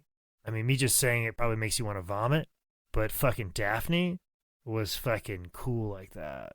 And she wasn't above sharing a hotel room with 5 other wrestlers. Her and Mason would get the bed. Me and Charlie would split another bed. So what we'd do is we get a room, and it would be Mason and Daffney in one bed, and me and Charlie in the other bed. And I'd stay in the bed with Charlie because also too, like, he would snore, so I would nudge him just so I could get in and fall asleep real fast. So if he ever snored and I was awake, I was within arm's reach of him. But then if we had Mike Lee going, I'd give Mike Lee the bed, and then like Charlie would also take the floor, and then I wasn't arm's reach of him. And then there's a couple of times I slept out in the high spots truck because I couldn't take the snoring.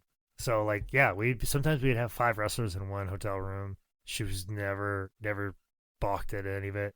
And we had one of those where we had a convention where we were gonna go up to New York, and we were all packed and ready to go at 10. And I was kind of saying like, hey, well, we can stop somewhere halfway and get there. We don't got a problem. But Michael was insistent that we had to wait for Tyshawn to get back from Orangeburg, South Carolina, because he just got these brand new signs with this brand new logo on it. And he goes, I want these signs displayed at my merch booth all weekend long while you make me fucking money while I sit at home and you're fucking driving. And so we waited, and Sean left late. And he was saying, hey, this van's really driving like shit. I don't know why. Because I kept calling him, like, where are you at? And he goes, this van's driving like shit. And then he pulls up to high spots fucking 4 hours late at like probably like 4 o'clock in the afternoon. He goes, this van's driving horribly. And it was like fucking driving on the rims. Ugh. I was like, you gotta be fucking kidding me. You had a flat tire and you drove it from Orangeburg, South Carolina. And I'm like, we gotta leave right now. But then I gotta get this thing fixed. All these fucking auto repair shops and tire shops are closing. So I had to like hurry up, get the spare on just to drive it to go get this fucking tire fixed, get it switched back on. We didn't leave till like 7. Convention, we have to be there at like 7 a.m. setting up. It's a fucking 12-hour drive. So I'm driving all the way through the night. We're definitely not stopping halfway.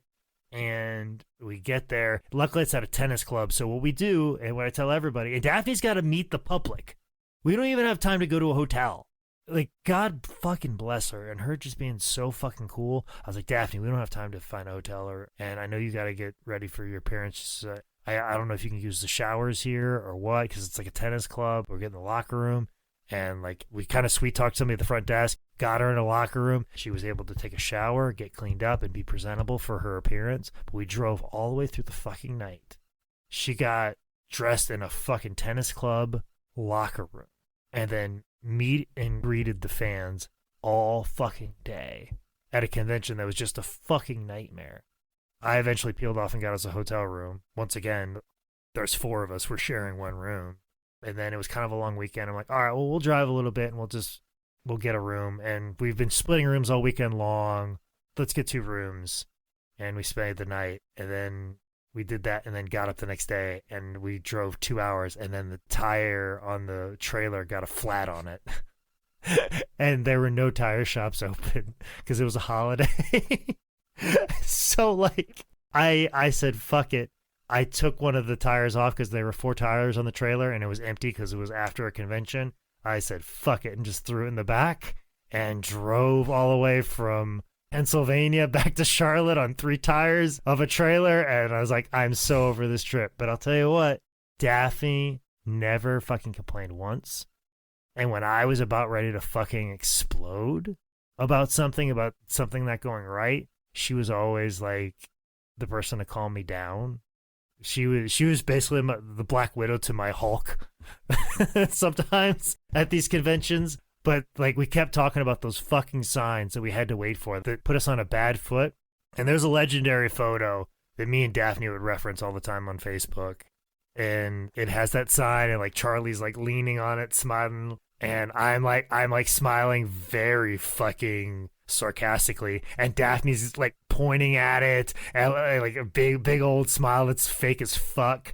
And like, we took that picture and the caption, it was always, fuck this sign. Like we always talked about that photo that weekend. And yeah, like I can't think of, I mean, forget like male, female, like I don't know of many wrestlers that would put up with all that bullshit that we went through just in that one weekend, and then be the sounding board and the person to keep me from losing my fucking mind. That's how special she is to me. She talked me off so many fucking ledges during that time, and like her going to TNA was kind of like the end of that.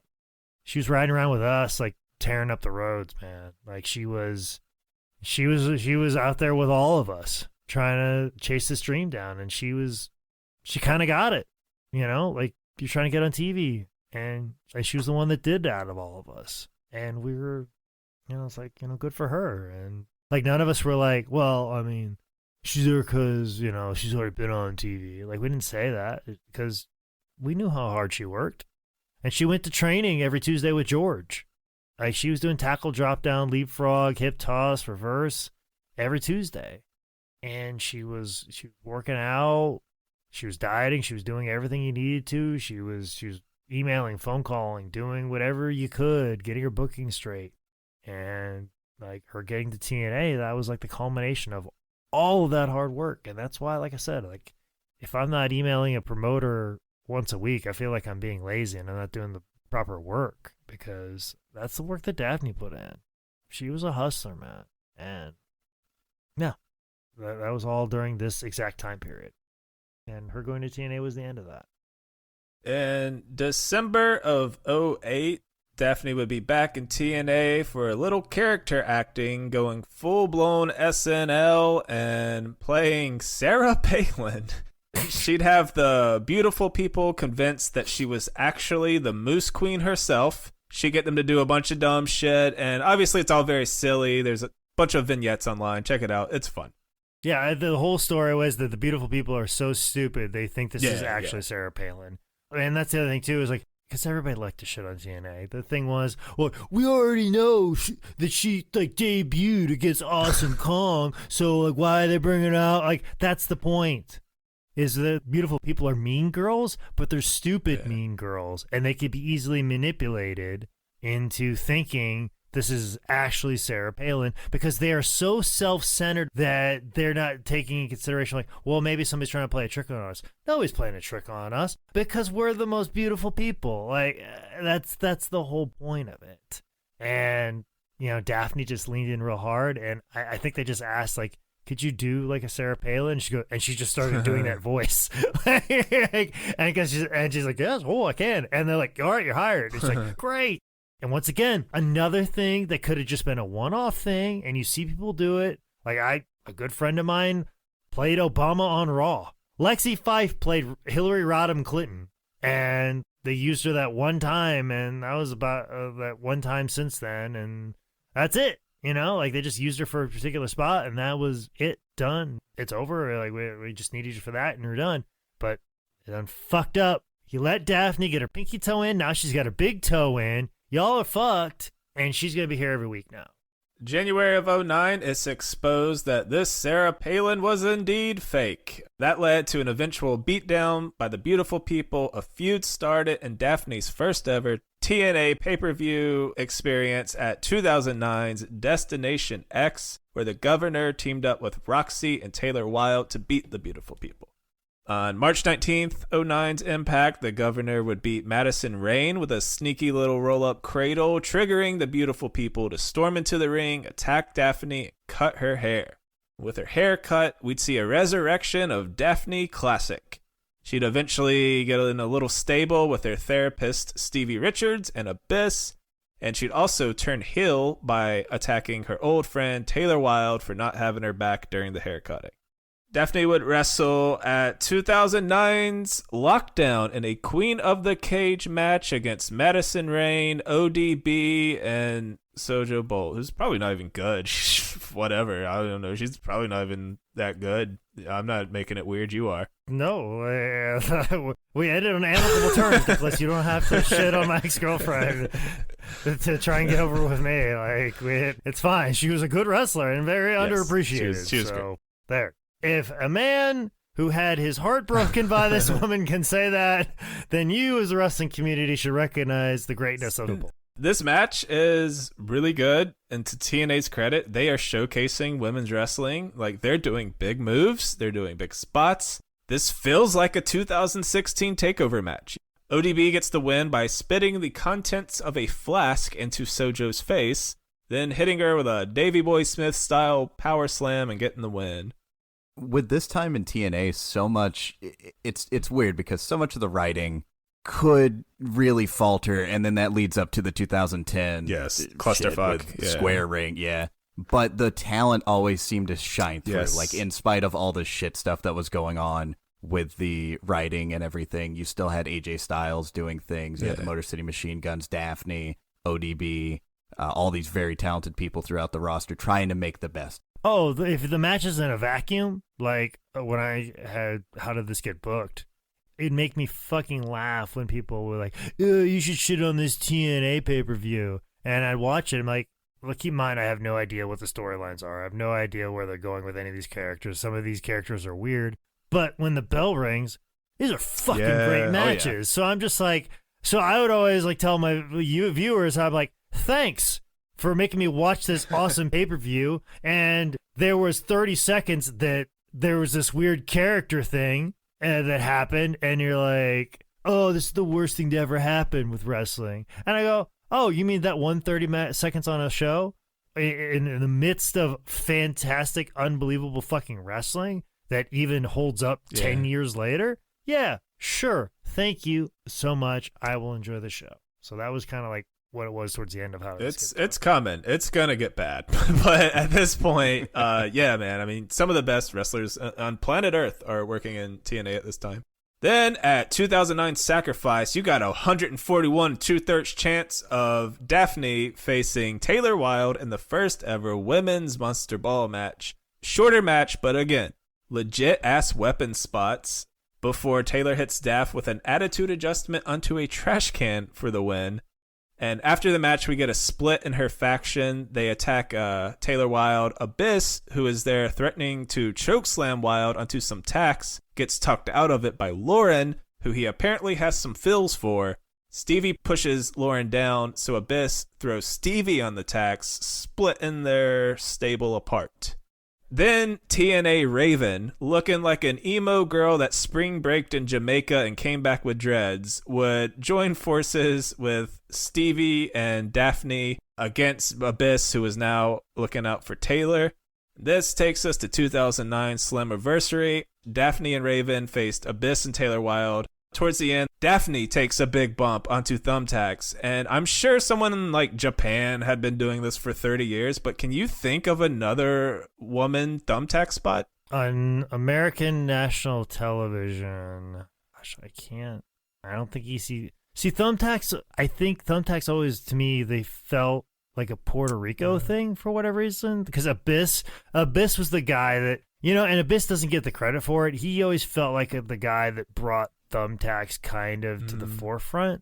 They might have been a bit popular in Japan. I don't think of them so much in Japan. I think of them a lot maybe in like Wing or something like that, which I think there is a lot of Puerto Rican influence in there too. Mick Foley and Randy Orton had a spot in their feud with some, but like maybe Alita or something like that with Edge, but you might be right on that one. You might be right on that one when he feuded with Mick Foley. Like I don't know where exactly that time frame is with this. So there could have been the Edge McFoley one would have like been that. 05, but even then that's a one-off spot. Alita might have taken a spot through a flaming table, but I don't know about thumbtack. Thumbtacks is such a hardcore spot, man. That's that freaks me out, like just mentally getting punctured a million. I know they're like this big, but like they're much more dangerous than what you think. And like I said, I'm gonna say, like, you know, Mick Foley definitely used them, but I feel like Abyss really kind of popularized them, and he was a master absolutely. at them. I remember like the old Hermie Sadler shows, he would put them on a table and he would spread them out.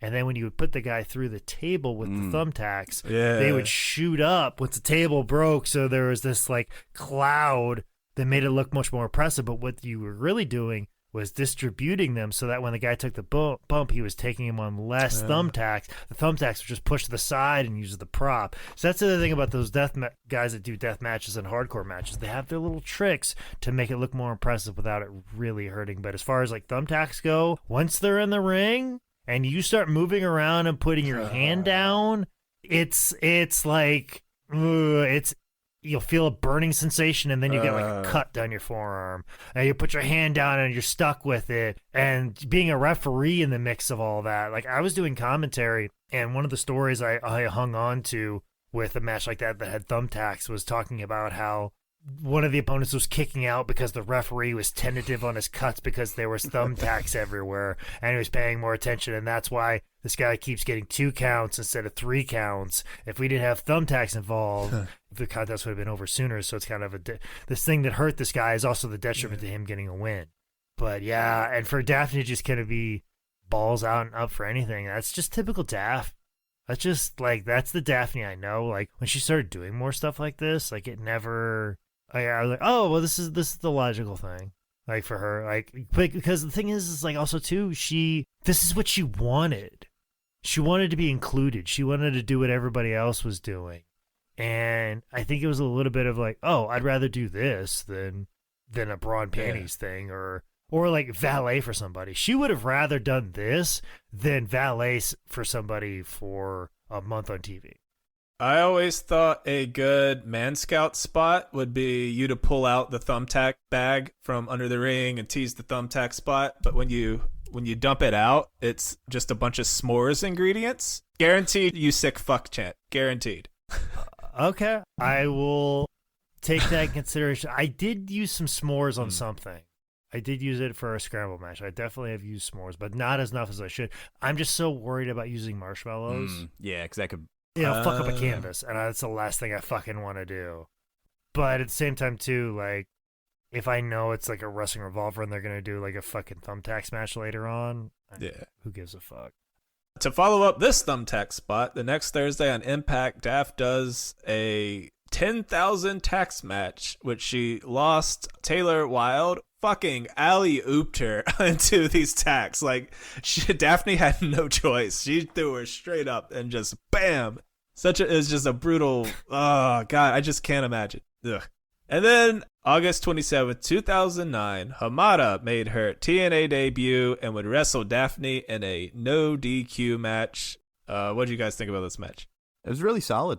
Like the match was paced very well. Yeah. Like it wasn't that long of a match. It's on I think it was on Impact. But Daffney's really solidifying her spot as one of the pillars of the TNA women's division. And anytime you have an experienced Japanese woman in a match, I'm all for it. Yeah, and Daffney's carving her spot out in the Knockouts division. She's the hardcore goth girl. Like she's like all the Knockouts have their own personality, and Daffney's got that corner. Like she's undefeated in that aspect. Like you have the blonde, you have the redhead, you have the brunette, you have the high flyer, you have Gail Kim. You know, everybody's got their things and they got and identifying characteristics. And Daffney is like the goth emo girl who does the hardcore stuff, zombie hot, what Taz screamed like the whole time. And you know, after you see the beautiful people, if they're not your cup of tea, then you know Daffney is your cup of tea, or vice versa, however it goes. But this particular match, when it came up in your research and Nick asked me about this brought back memories because, like I said, you know, me and Daffney, we rode the roads together. And now because she's in TNA, I see her less. I might see her stop in the office and say, how was TNA this week? How were the tapings? You know, still saying hi, still being very much in contact with her. She's very much still part of my life. She's, you know, still around Mason. And I remember this match coming on, and I think at that time I was converting over some wrestling footage from some VHS tapes, and Grand Hamado just happened to be somebody I had like started to like watch a lot more. I'm like, oh man, that's great. And then I kind of was feeling like, man, I feel like this guy was really like a pioneer and that he was taking a lot of the luchadors and taking some of that stuff to Japan. I knew he had a daughter, and then like, and she wrestled, and then all of a sudden here's Daffney is wrestling Grand Hamada. I'm like, holy shit. I remember texting Daffney like, you got to wrestle Hamada, like, you understand, like this, yeah, that, yada yada yada. And I was like fanboying out that she got to wrestle. She goes, yeah, it was a great match, because I think it was taped, so like it wasn't live, but I was watching it as it was being broadcast, and I was just going back and forth, and I was just kept telling her like, I'm so proud that you got to do this, and this match is awesome, it's great. I was like texting her back and telling her how great of a job she did, how proud I was of her, and how awesome it was, and that she was getting to wrestle Amada, because like I knew her lineage and where she came from and how cool this was. And yeah, there'd always be little moments like that with Daffney, or I'd just be like, oh, you get to do this, or I saw this, or oh, you look great in this. And as a thing that happens when one of your friends becomes famous or goes on TV. As comics, we've seen it. We know those people. And, we were all doing open mics together. And now you're the one doing the Netflix special. And I'm watching it and telling you how great it is. And, there's not that feeling of, well, I should be doing it. It's more of a situation like, man, you get to do this really cool thing. That's awesome. It's a genuine friendship and admiration for somebody who earned it. And that's what makes it more special. And it almost feels like your stuff means a little bit more, because, it was worth something because this person was right there and it paid off for them. It just didn't pay off for you. And you just got to deal with that and get over whatever that is. But it wasn't for nothing because it meant something to this person's career. So it had value. It had value to this person to getting to this spot. It just, where the value is for you hasn't been assigned yet. Then we get to a point where things will slowly start going downhill for Daffney. First thing, at 2009's Bound for Glory, October 18th, Daffney did a run-in during the Monsters Ball match between Abyss and Mick Foley. And again, Daffney's pushing the envelope here. She gets chokeslammed off the ring apron through a barbed wire board. And this spot is inherently dangerous, but Abyss didn't put some stank on it or anything. It's she just kind of fell off, but she did get a legit concussion, and it is a big moment in her life as it relates to CTE and the shortening of her career. So she gets the concussion in October, and she's either out or just managing or doing segments or whatever until February 18th. She comes back, and she's all up in the TNA Knockout Championship scene. This is where she starts hitting people with the toolbox. And then we get to 2010, which was not just bad for Daffney, but kind of bad for everyone. At this point, as we mentioned, TNA had fucking AJ Styles, Chris Daniels, Samoa Joe. And as we've covered, the women's division is deep and talented, and they're getting showcased. And TNA legitimately could have all the credit for the women's revolution that WWE pretends to care about or whatever. They were doing it. They were fucking doing it. And then TNA was like, hey, what if we make our entire show about a bunch of dudes that should have retired 8 years ago? This is Dixie Carter, Eric Bischoff, Hulk Hogan, a bunch of WCW guys taking 100% of the spotlight. So the women's division went from this blossoming cool thing to here's your 2.5 minutes. If you go over and make us cut any time out of this 13-minute Hulk Hogan promo, we'll kill your goddamn family.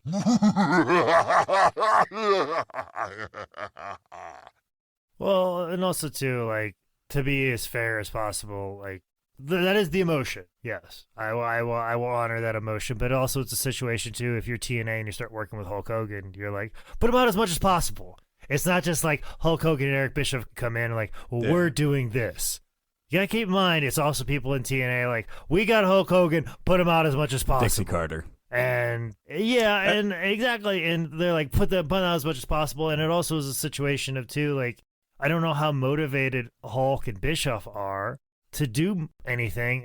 So it's oh, what am I really doing here? You're putting somebody out there that isn't that motivated to be out there, and they just kind of want to be there, show up and do their thing.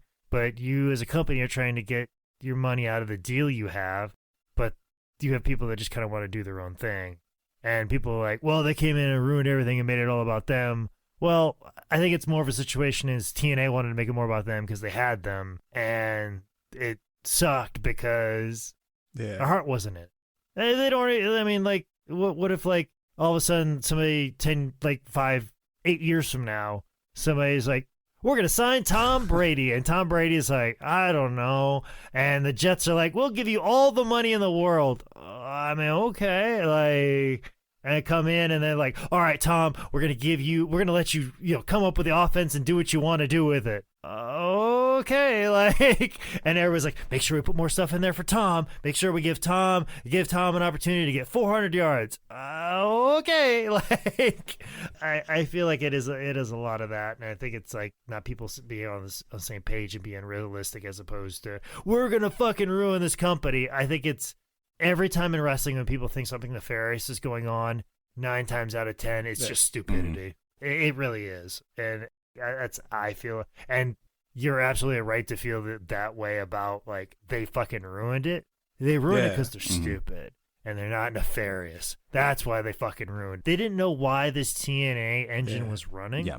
And they're like, well, if we put a Hulk Hogan in here, this thing's going to run so fast. Like, if we just dump NOS in the gas tank, it's going to fucking go fast. I don't understand. I'll admit I was part of the problem. This is mostly when I watched TNA. And this is pre-N-word. So I saw Hulk Hogan and I was like, I'll check it out. It was just bad the whole time. Because, as Tyler mentioned, the writing sucked. But the in-ring action was fucking amazing. And they took away all the in-ring spots from all their good wrestlers and only did the writing parts. Did you just come back in 2010 when Hulk Hogan came back for the reignition of the Monday Night Wars, or had you been watching before that? I mean, I saw the AJ Samoa. Okay. I saw like all the cool shit that would pop up, but I didn't watch like religiously until then. And then they ran me out of town. So I started watching in 2003. TNA started ramping up as they got onto Spike. I was watching every bit of wrestling I could every week, and at the time this is right before I got into indie wrestling. That's SmackDown, Raw. I don't think ECW. I think ECW might have been started back around this time. So that's 2, 4, 5 hours plus 6, 7 of Impact. Yeah, and this was the culmination of what they'd been doing for years, because that's the thing that AEW has to deal with. People are saying they're getting WWE rejects, and that's left over from TNA around this time. Like, as soon as somebody was released from WWE, regardless of their ability or just about anything about them, they would be scooped up by TNA and put towards the top of the card. And this is Kurt Angle, who is absolutely zapped out on Percocets. This is Booker T, who actually brought a lot to the table. It's the Main Event Mafia that were chugging along around that time. Kevin Nash was involved. Some of them are bringing something to the product, but they're doing it in spite of those guys that they should be building on, like AJ Styles, Samoa Joe, Christopher Daniels, Motor City Machine Guns, guys that are putting on good wrestling but don't have the name power, and they're not doing anything to transfer it. And Hulk Hogan was that last huge diamond of, it's an old WWE guy. Yeah. And it just popped right on top. Yeah. So Daffney's opportunities were starting to get more and more limited. And then something much worse happens. And I don't want to completely bury this worker. So what I gathered is that Bubba Ray wanted to push one of his students, who at the time was wrestling as Rosie Lotta Love, a.k.a. Sage Beckett. He wanted to get her in TNA because, that's good for the school. One of my girls is in TNA, yada, yada, yada. I mean, shit, they do it all the time in AEW. There's how many Nightmare Factories, and a lot of them have worked out for the most part. A lot of them are used as extras. I mean, it's just a thing you do. And like, there's a lot of people that came from Bubba School that are quite good. And, sometimes it depends on the person how they handle the situation. Yeah. Mistakes happen. Mm-hmm. It most certainly. I mean, I can't tell you how many times Cedric dropped me on my fucking head. And luckily I'm too tough to fucking register the pain, and I'm too angry to let it slide. Like, if I didn't have anger, I probably would have been paralyzed by now, because I have to get up and lay my hands on Cedric and explain to him, "You will never do that to me again." But the point is, this is a young wrestler getting put in a spot maybe they weren't quite ready for. It's just a noob getting a match and making mistakes. But those mistakes were really bad. On April 20th, at a TNA taping, Rosie and Daffney had several just miscommunications and botched spots. And the biggest being when Rosie, who at the time was billed at 300 pounds, did a full-blown all momentum Yokozuna Banzai drop on Daffney, billed at 130. And Daffney was supposed to roll out of the way, but her shoulders were like in front of Rosie's feet. So it's just physically impossible. And that's why she went down full force. Daffney would end up hospitalized with a bruised sternum, severe stinger, a concussion again. And she said there was about 15 minutes where she couldn't feel her lower body. Like, she thought she was paralyzed. And just a another bad bump in the road for Daffney. Jake, did you talk to her at all after this? I can't remember if this was the first one or the second one, but since we've talked about both of them, I can wrap it all in the conversation now, because these were the injuries that kind of ended it all. Yeah. And I'm going to try and be as careful as I possibly can and be as fair as I possibly can. As, you know, like, it's just like I was fair about, like, the criticism of TNA with Hulk Hogan. Like, I could have just been like, oh, that's fine, because that's what the internet says, but I was fair there, and I'm going to try and be fair in this situation. I do know, and I think it was the first, like, concussion. TNA was doing a lot of stuff. It was very cool, like, backstage stuff. Like, you know, instead of just having a camera set up and following wrestlers around in the back, they're like, well, it's like a roving reporter type situation, or a voyeur filming stuff in the back. And that's kind of how they film some of their backstage segments. So they always had somebody roaming around with a camera. Well, Daffney was being filmed after being concussed, and they were filming it and producing it as if it was a segment. Like, look how messed up Daffney got. And I remember, like, that being the thing that really was a sticking point to her and that company. Was like, here I am, fucking hurt, and you're seeing it as an opportunity to get footage, get content, whatever the fuck. Like, you have a cameraman, and that's always too, like, you see documentaries about wrestlers and they get hurt and the guy's still filming them, and everybody's like, shut the camera off. I mean, I get that, but there has to be a line where you're like, all right, we filmed them, we got them hurt, give them their privacy. We shouldn't be filming. There gets to a point where you're like, I shouldn't be filming this, and usually somebody tells them to shut the camera off. But this company was like, no, keep it rolling. Keep it rolling. This is good. We might use this for something down the line. And this is TNA that could fuck up a wet dream. That's the frustrating part. It's like, they're not even going to turn it into good art. Yeah. There's no way they possibly can. Well, once it's determined what it is, you know, you're like, okay, well, we're not using that footage at all. Where I think they ended up using it for whatever reason. Because she had got her hands on it, and she was showing me it. And I don't know if she ripped it off like a television show or what. I can't remember, but I definitely remember seeing it with her, and she just being like, I don't know where I am right now. I don't know where I am right now. I should be taken care of right now, but I have a company fucking filming me right now, using this as an opportunity to advance something.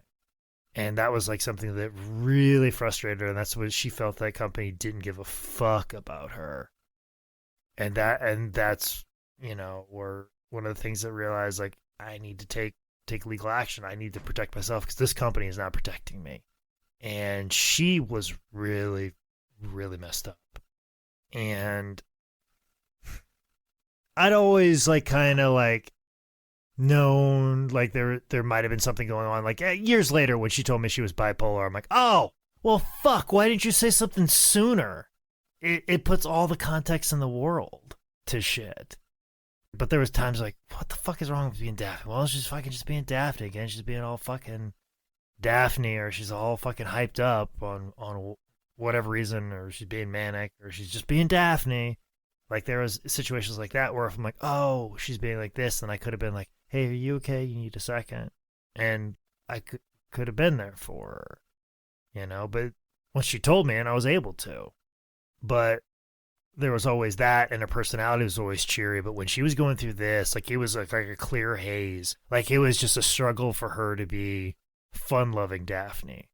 And that's the other thing too with these concussions. You throw mental illness on top of it. Oh. And to give you an idea of how bad it was, I don't know if this was after the first one or the second one, but she told me that like months after the concussion, she couldn't go into a grocery store because the lights were so bright and like the Publix up the street. So she's like, I have to wear sunglasses like in the grocery store because it's so hard on me. Like it hurts my brain so much. And this was several months after I think the last concussion, because I think she was going through legal proceedings. She was fucking broken. She was really fucking banged up. Because I was visiting her, because what we would do a lot of times when we wrestled for Full Impact Pro, me and Caleb would go down and stay at her house to save money on a hotel. We would go do the shows, stay at Daphne's, and then we would do empty arena matches at Lexi 5. and then drive back home, and we'd make enough money, and staying at Daphne's house helped. And Daphne is a fucking saint. So she's like, stay at my house, save some money. But she was banged up at that time, and she was not the same person. And it was like, you could sense an anger to her at this company. Like, she had her frustrations, but there was like a real anger to her about something that I had never seen her have anger. 'Cause she was always very fun loving, but there was like a anger there. And that was like where I started to notice a difference. And the more we know about concussions now, and then what we know more now about mental health, I think we all kind of brushed a lot of it off. Like, a lot of us didn't know our mental health issues at the time, but we brushed it. We kind of were at that phase where we kind of we started to recognize, like, maybe we shouldn't brush off these concussions, but we didn't know. But like, I really feel like that would have been the time we really should have helped her a lot more than what we did. Like, she needed help then, not years later. It's too far gone. And we all try to do what we can, but we didn't know. Like, concussions plus mental illness, that's something you got to be out in front of. I mean, that's how I treat and attack my mental health. Is I try and stay in front of it. I try and get ahead of it. Try to not let it take me over, because when it takes me over, that's when it's unattainable. And this was a time where it was starting to take over her life, and she was fucking broken, man, and she felt mistreated and used by the company. So there's nothing left to do than file a lawsuit. So, despite these insane injuries, Daffney was back at it by mid-May, but the damage was done. She'd spend the next couple of months bumping around TNA and Shimmer, having her last TNA match on Impact December 9th, 2010, teaming up with Sarita to lose to Angelina Love and Velvet Sky.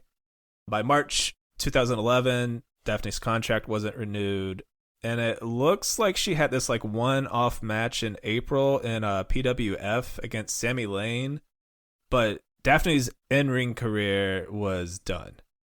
She filed a workers' comp claim against TNA, and she said she chose that over a lawsuit because she wanted there to be a law change for wrestlers. Like, I'm a chef.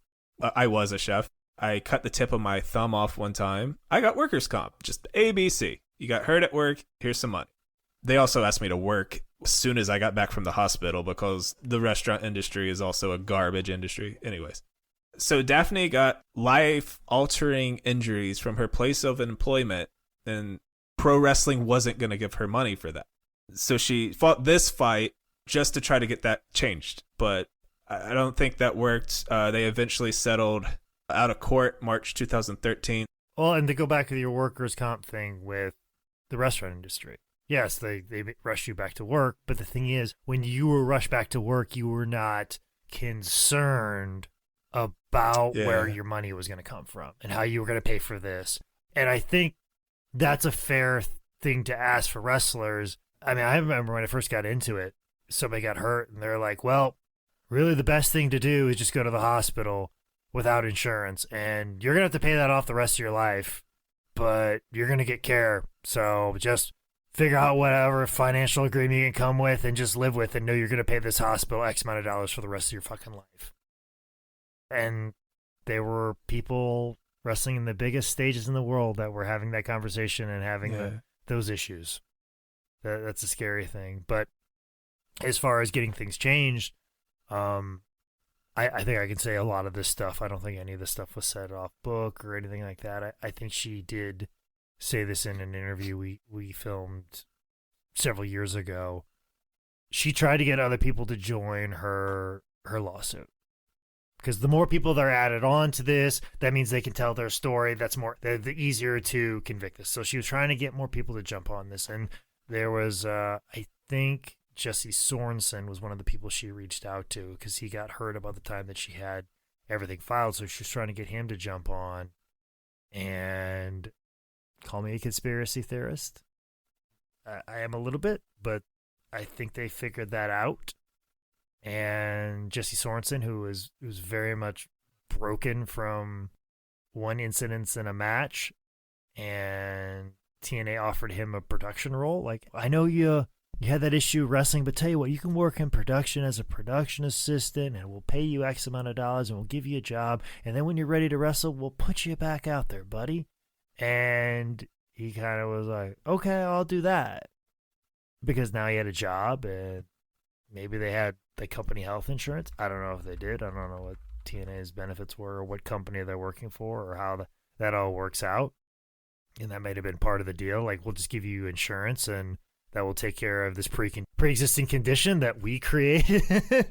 And then he kind of backed off on joining that lawsuit. And there were like a couple other people, but I remember Michael, who went to law school, talking about it and was saying that he was very surprised that she didn't get as much traction as she did.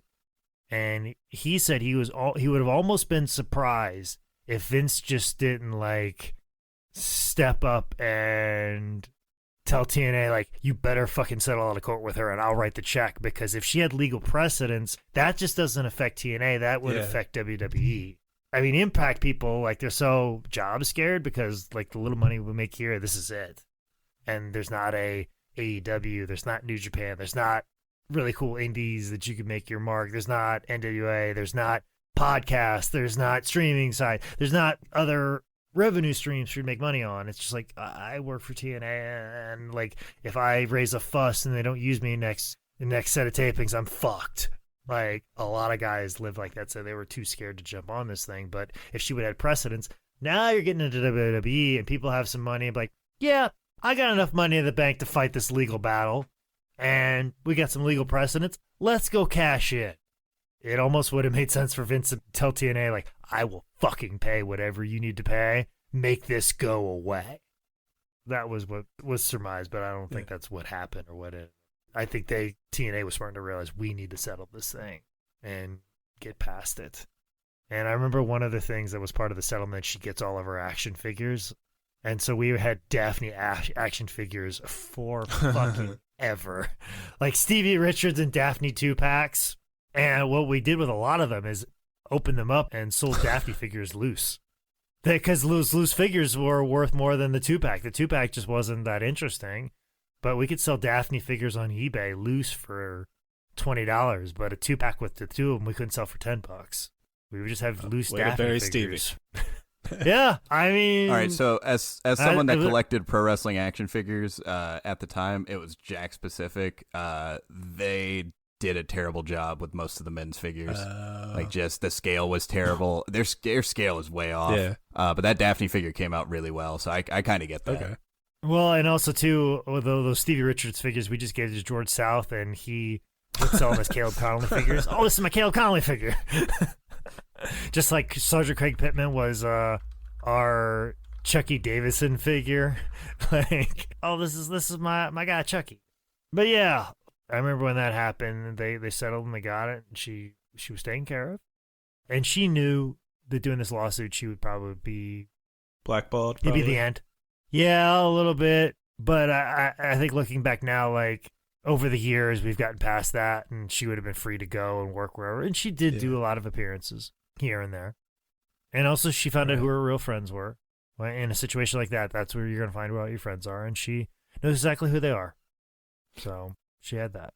So it seemed like after this, she kind of made her rounds on the convention circuit. She seemed to hang around the business still. She did a lot of managing and some, like, backstage stuff. And she apparently had a huge role in helping found Shine Wrestling, where she worked until December 2015. Yep, her and Lexi, it was almost like a Florida Shimmer. You had a lot of these international girls coming over and then just doing the Shimmer tapings Mania weekend, and then these girls are like in America and they were trying to find more bookings for them. So they're like, well, if we do a Shine coming into WrestleMania, they can do that, and then they can do WrestleMania week, and then they can do a Shine just after that. Now we got a little more mileage, a few more bookings for these girls, and they can take some other bookings as well before they have to leave legally to get out of the state in time and make some money. Also, too, there were a lot of girls that were getting released from the performance center that they hired out of whatever search. They taught them just enough wrestling to put them on TV, and then they fired them. So, like, these girls were like, well, much like Daffney, were like, I still want to wrestle. And Shine was a place where you gave girls opportunities, and girls who are, like, on the undercard of Shimmer would have the opportunity to be a main event in Shine, much in the same way that FIP was for Ring of Honor, like a sister promotion to an extent. And also, too, they would book them for Shine, and they would do empty arena matches at Lexi Fife's house, so these girls would make some real money and work. And Daffney was always there and involved, and she was, she was the face of that company and did everything she could, and spoke up for girls that she liked, spoke up for girls that she was like, hey, this girl's a problem, keep her out of the locker room. I don't care. She really curated it with Lexi Fife. She was very much involved. It was good for Daffney. I'm glad she got that to contribute. Then her health really started falling apart on her. On top of her mental illness, she started having thyroid issues. She had major back surgery in 2017. She'd get really outspoken about concussion issues in pro wrestling. And I saw an interview where she said she wanted to go back to college and eventually work with people with mental illness. And then we get to 2021 when things get super dark. This is easily going to be one of the most difficult things we've ever talked about on this show. Jesus. September 1st, 2021, in just a harrowing Instagram live feed, Daffney read a suicide note to the world. She said she wanted her brain to be studied for CTE. You see a glimpse of a gun. And in this, sick, twisted irony, Daffney's speaking about how alone she feels and how she has no one.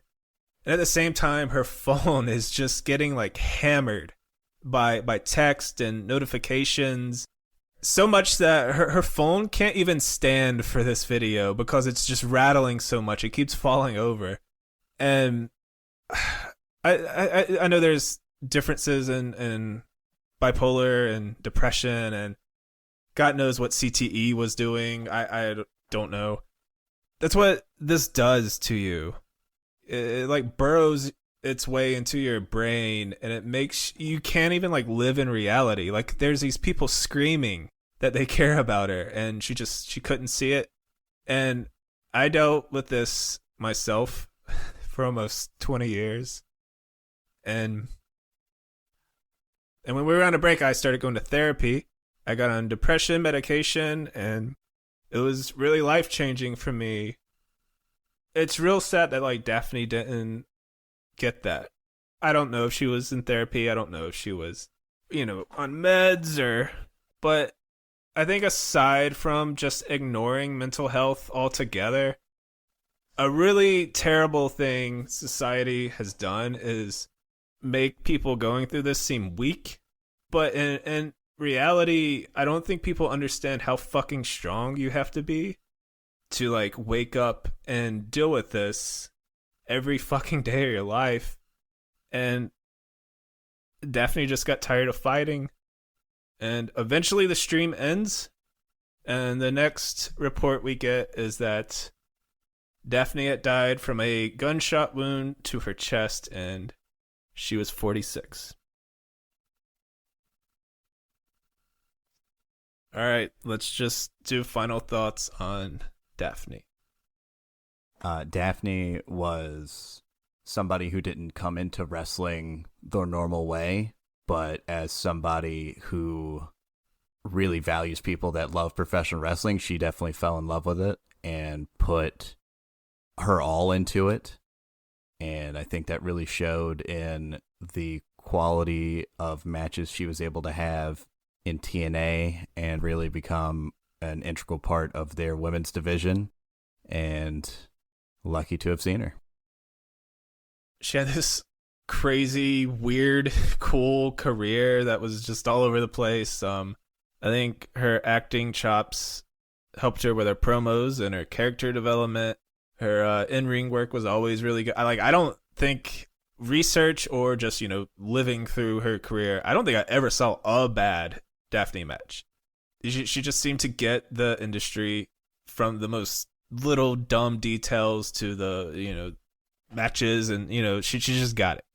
She seemed to have a genuine love for wrestling and the wrestlers in it. From when I heard her talking, she seemed like a proud mama over her Shine and Shimmer girls. And I think she had the respect of both casuals and super nerd marks who, break down every part of this. She had respect and love of her peers. And she seemed like such a sweet person. I watched this clearly done on a VHS home taped interview from 2002 where this dude with a stutter, which, you can't help that. But he's clearly an overzealous wrestling fan. You know what I mean. She did that interview for 30 fucking minutes. I heard her talk to wrestling interview shows with dudes clearly just tickled to be talking to a woman. And she was always so patient and engaging and warm and funny. And I think wrestling tends to hurt people like her the most. But one thing I like about doing this podcast is since 95% of pro wrestling ever was written by a bunch of dumbass boomers, we get a lot of opportunities to talk about real important life things. It's mostly racism. But when I chose this episode, I knew we would get to talk about mental health in a way that we've never really got to. And if your wrestling fandom led you to this crossroads of mental health issues and pro wrestling, I think there are people out there that can't afford to hear Daphne's story and not use it as fuel to help themselves. There are tons of online therapy options. It's what I use. What Daffney wanted to do with the back half of her life is help people with mental illness, and she can still do that. And I could say from experience, it's just nice to not feel like shit constantly. And I wish Daffney could have got to that place too. So,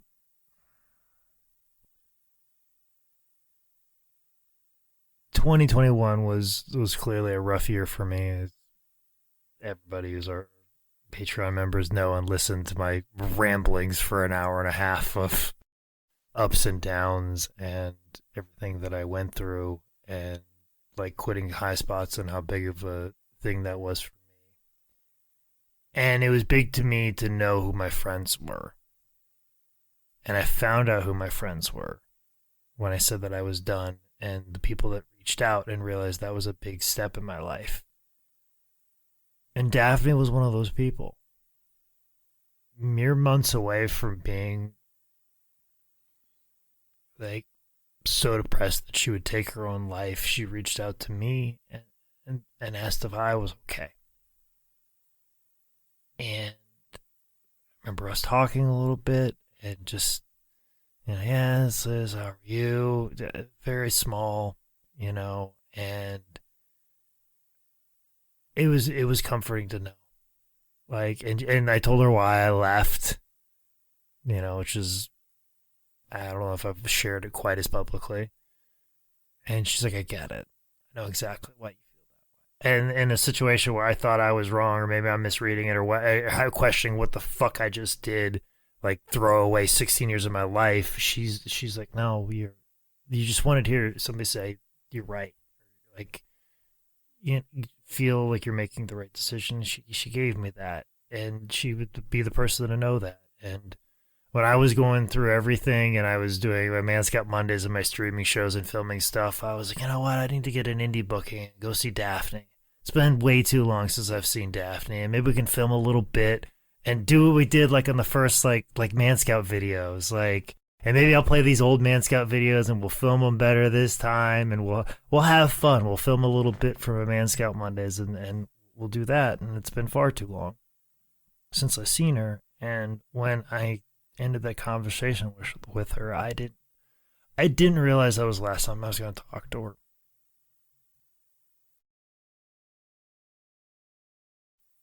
I always felt like I had so much more time with her. And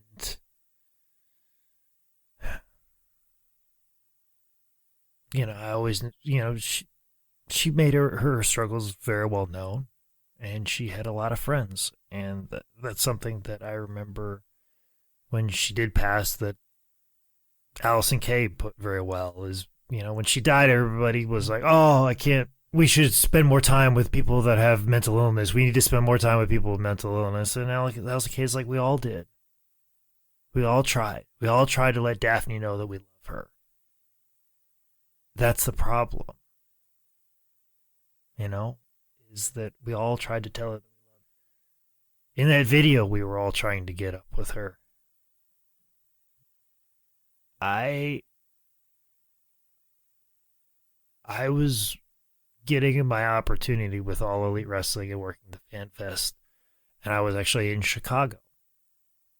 I think I was there for the first couple of days of setup, and I was very busy, and I just kind of checked into social media and saw what was happening, and I just immediately texted, DM'd, I DM'd her because she's like, I was like, I didn't know she was still streaming. I couldn't find the stream. Because I saw a clip of it online, and it, seeing my friend in so much pain just tore me apart. And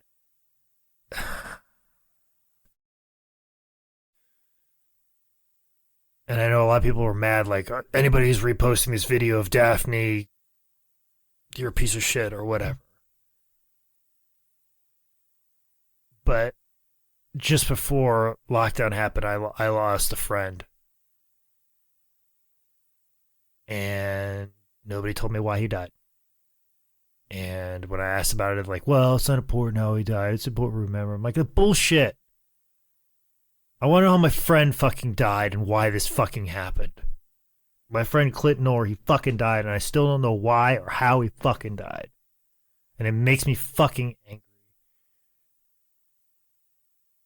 Because he's my friend in the good times and the bad, and I remember him, I love him, and I miss him every day. And now I'm seeing Daffney in this fucking moment and seeing how and why we fucking got here, and it equally makes me as mad. But at least I fucking know how much pain she was in. And I just, it doesn't make it any better. It doesn't. I when my friend Clint died, I thought knowing would make it better and make it stop, and I got that with Daffney, and it definitely didn't. It made it fucking worse. So I saw the whole thing, when she had the blanket over herself, and it just tore me apart. And the only thing I kept thinking is the way that I feel right now. All I want is for her to hug me right now, because her hugging me right now is the only thing that's going to make me feel better. Because that's what she did. When I was mad and I was upset, she fucking hugged me and did make me feel that way anymore. And she dealt with so much, and she put that all aside to make me feel better every day that she was with me. She was my fucking friend, because she was there for me in the worst times, and I saw her absolute worst time, and I wish I could fucking be there like she was there for me.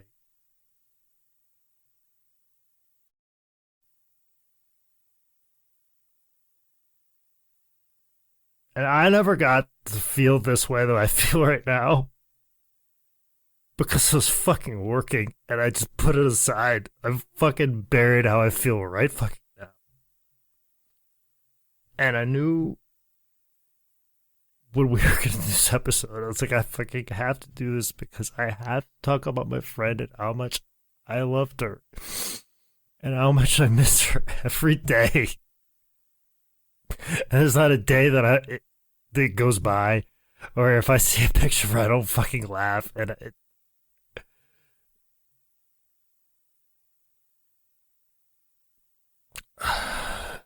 just, I've never dealt with the emotions of all this until like right now. I've fucking carried it around, and I knew I'd have to get to this. I knew I'd have to do this, and I'd have to do this right now. And I'm just trying to get through this and get to a nice, wonderful little button in the end, so I can give my friend the best tribute they possibly can. I don't have the words for it. You know, and sorry.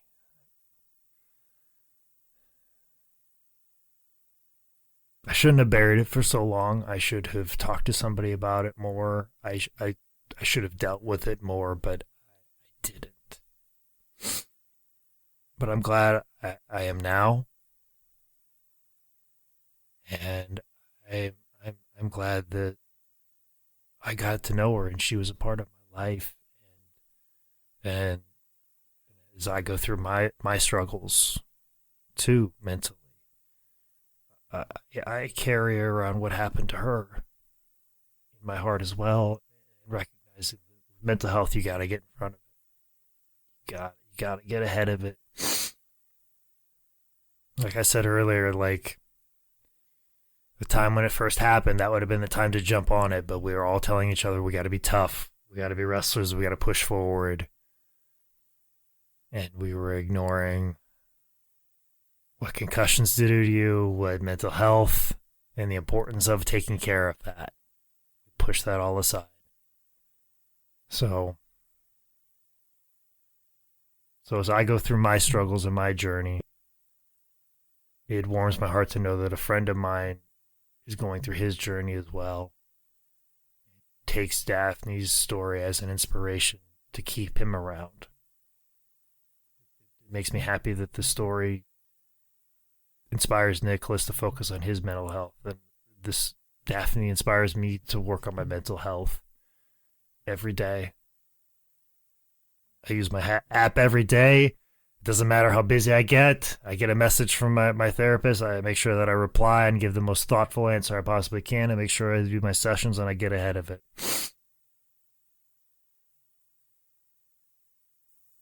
I just miss her. I love you, Daff.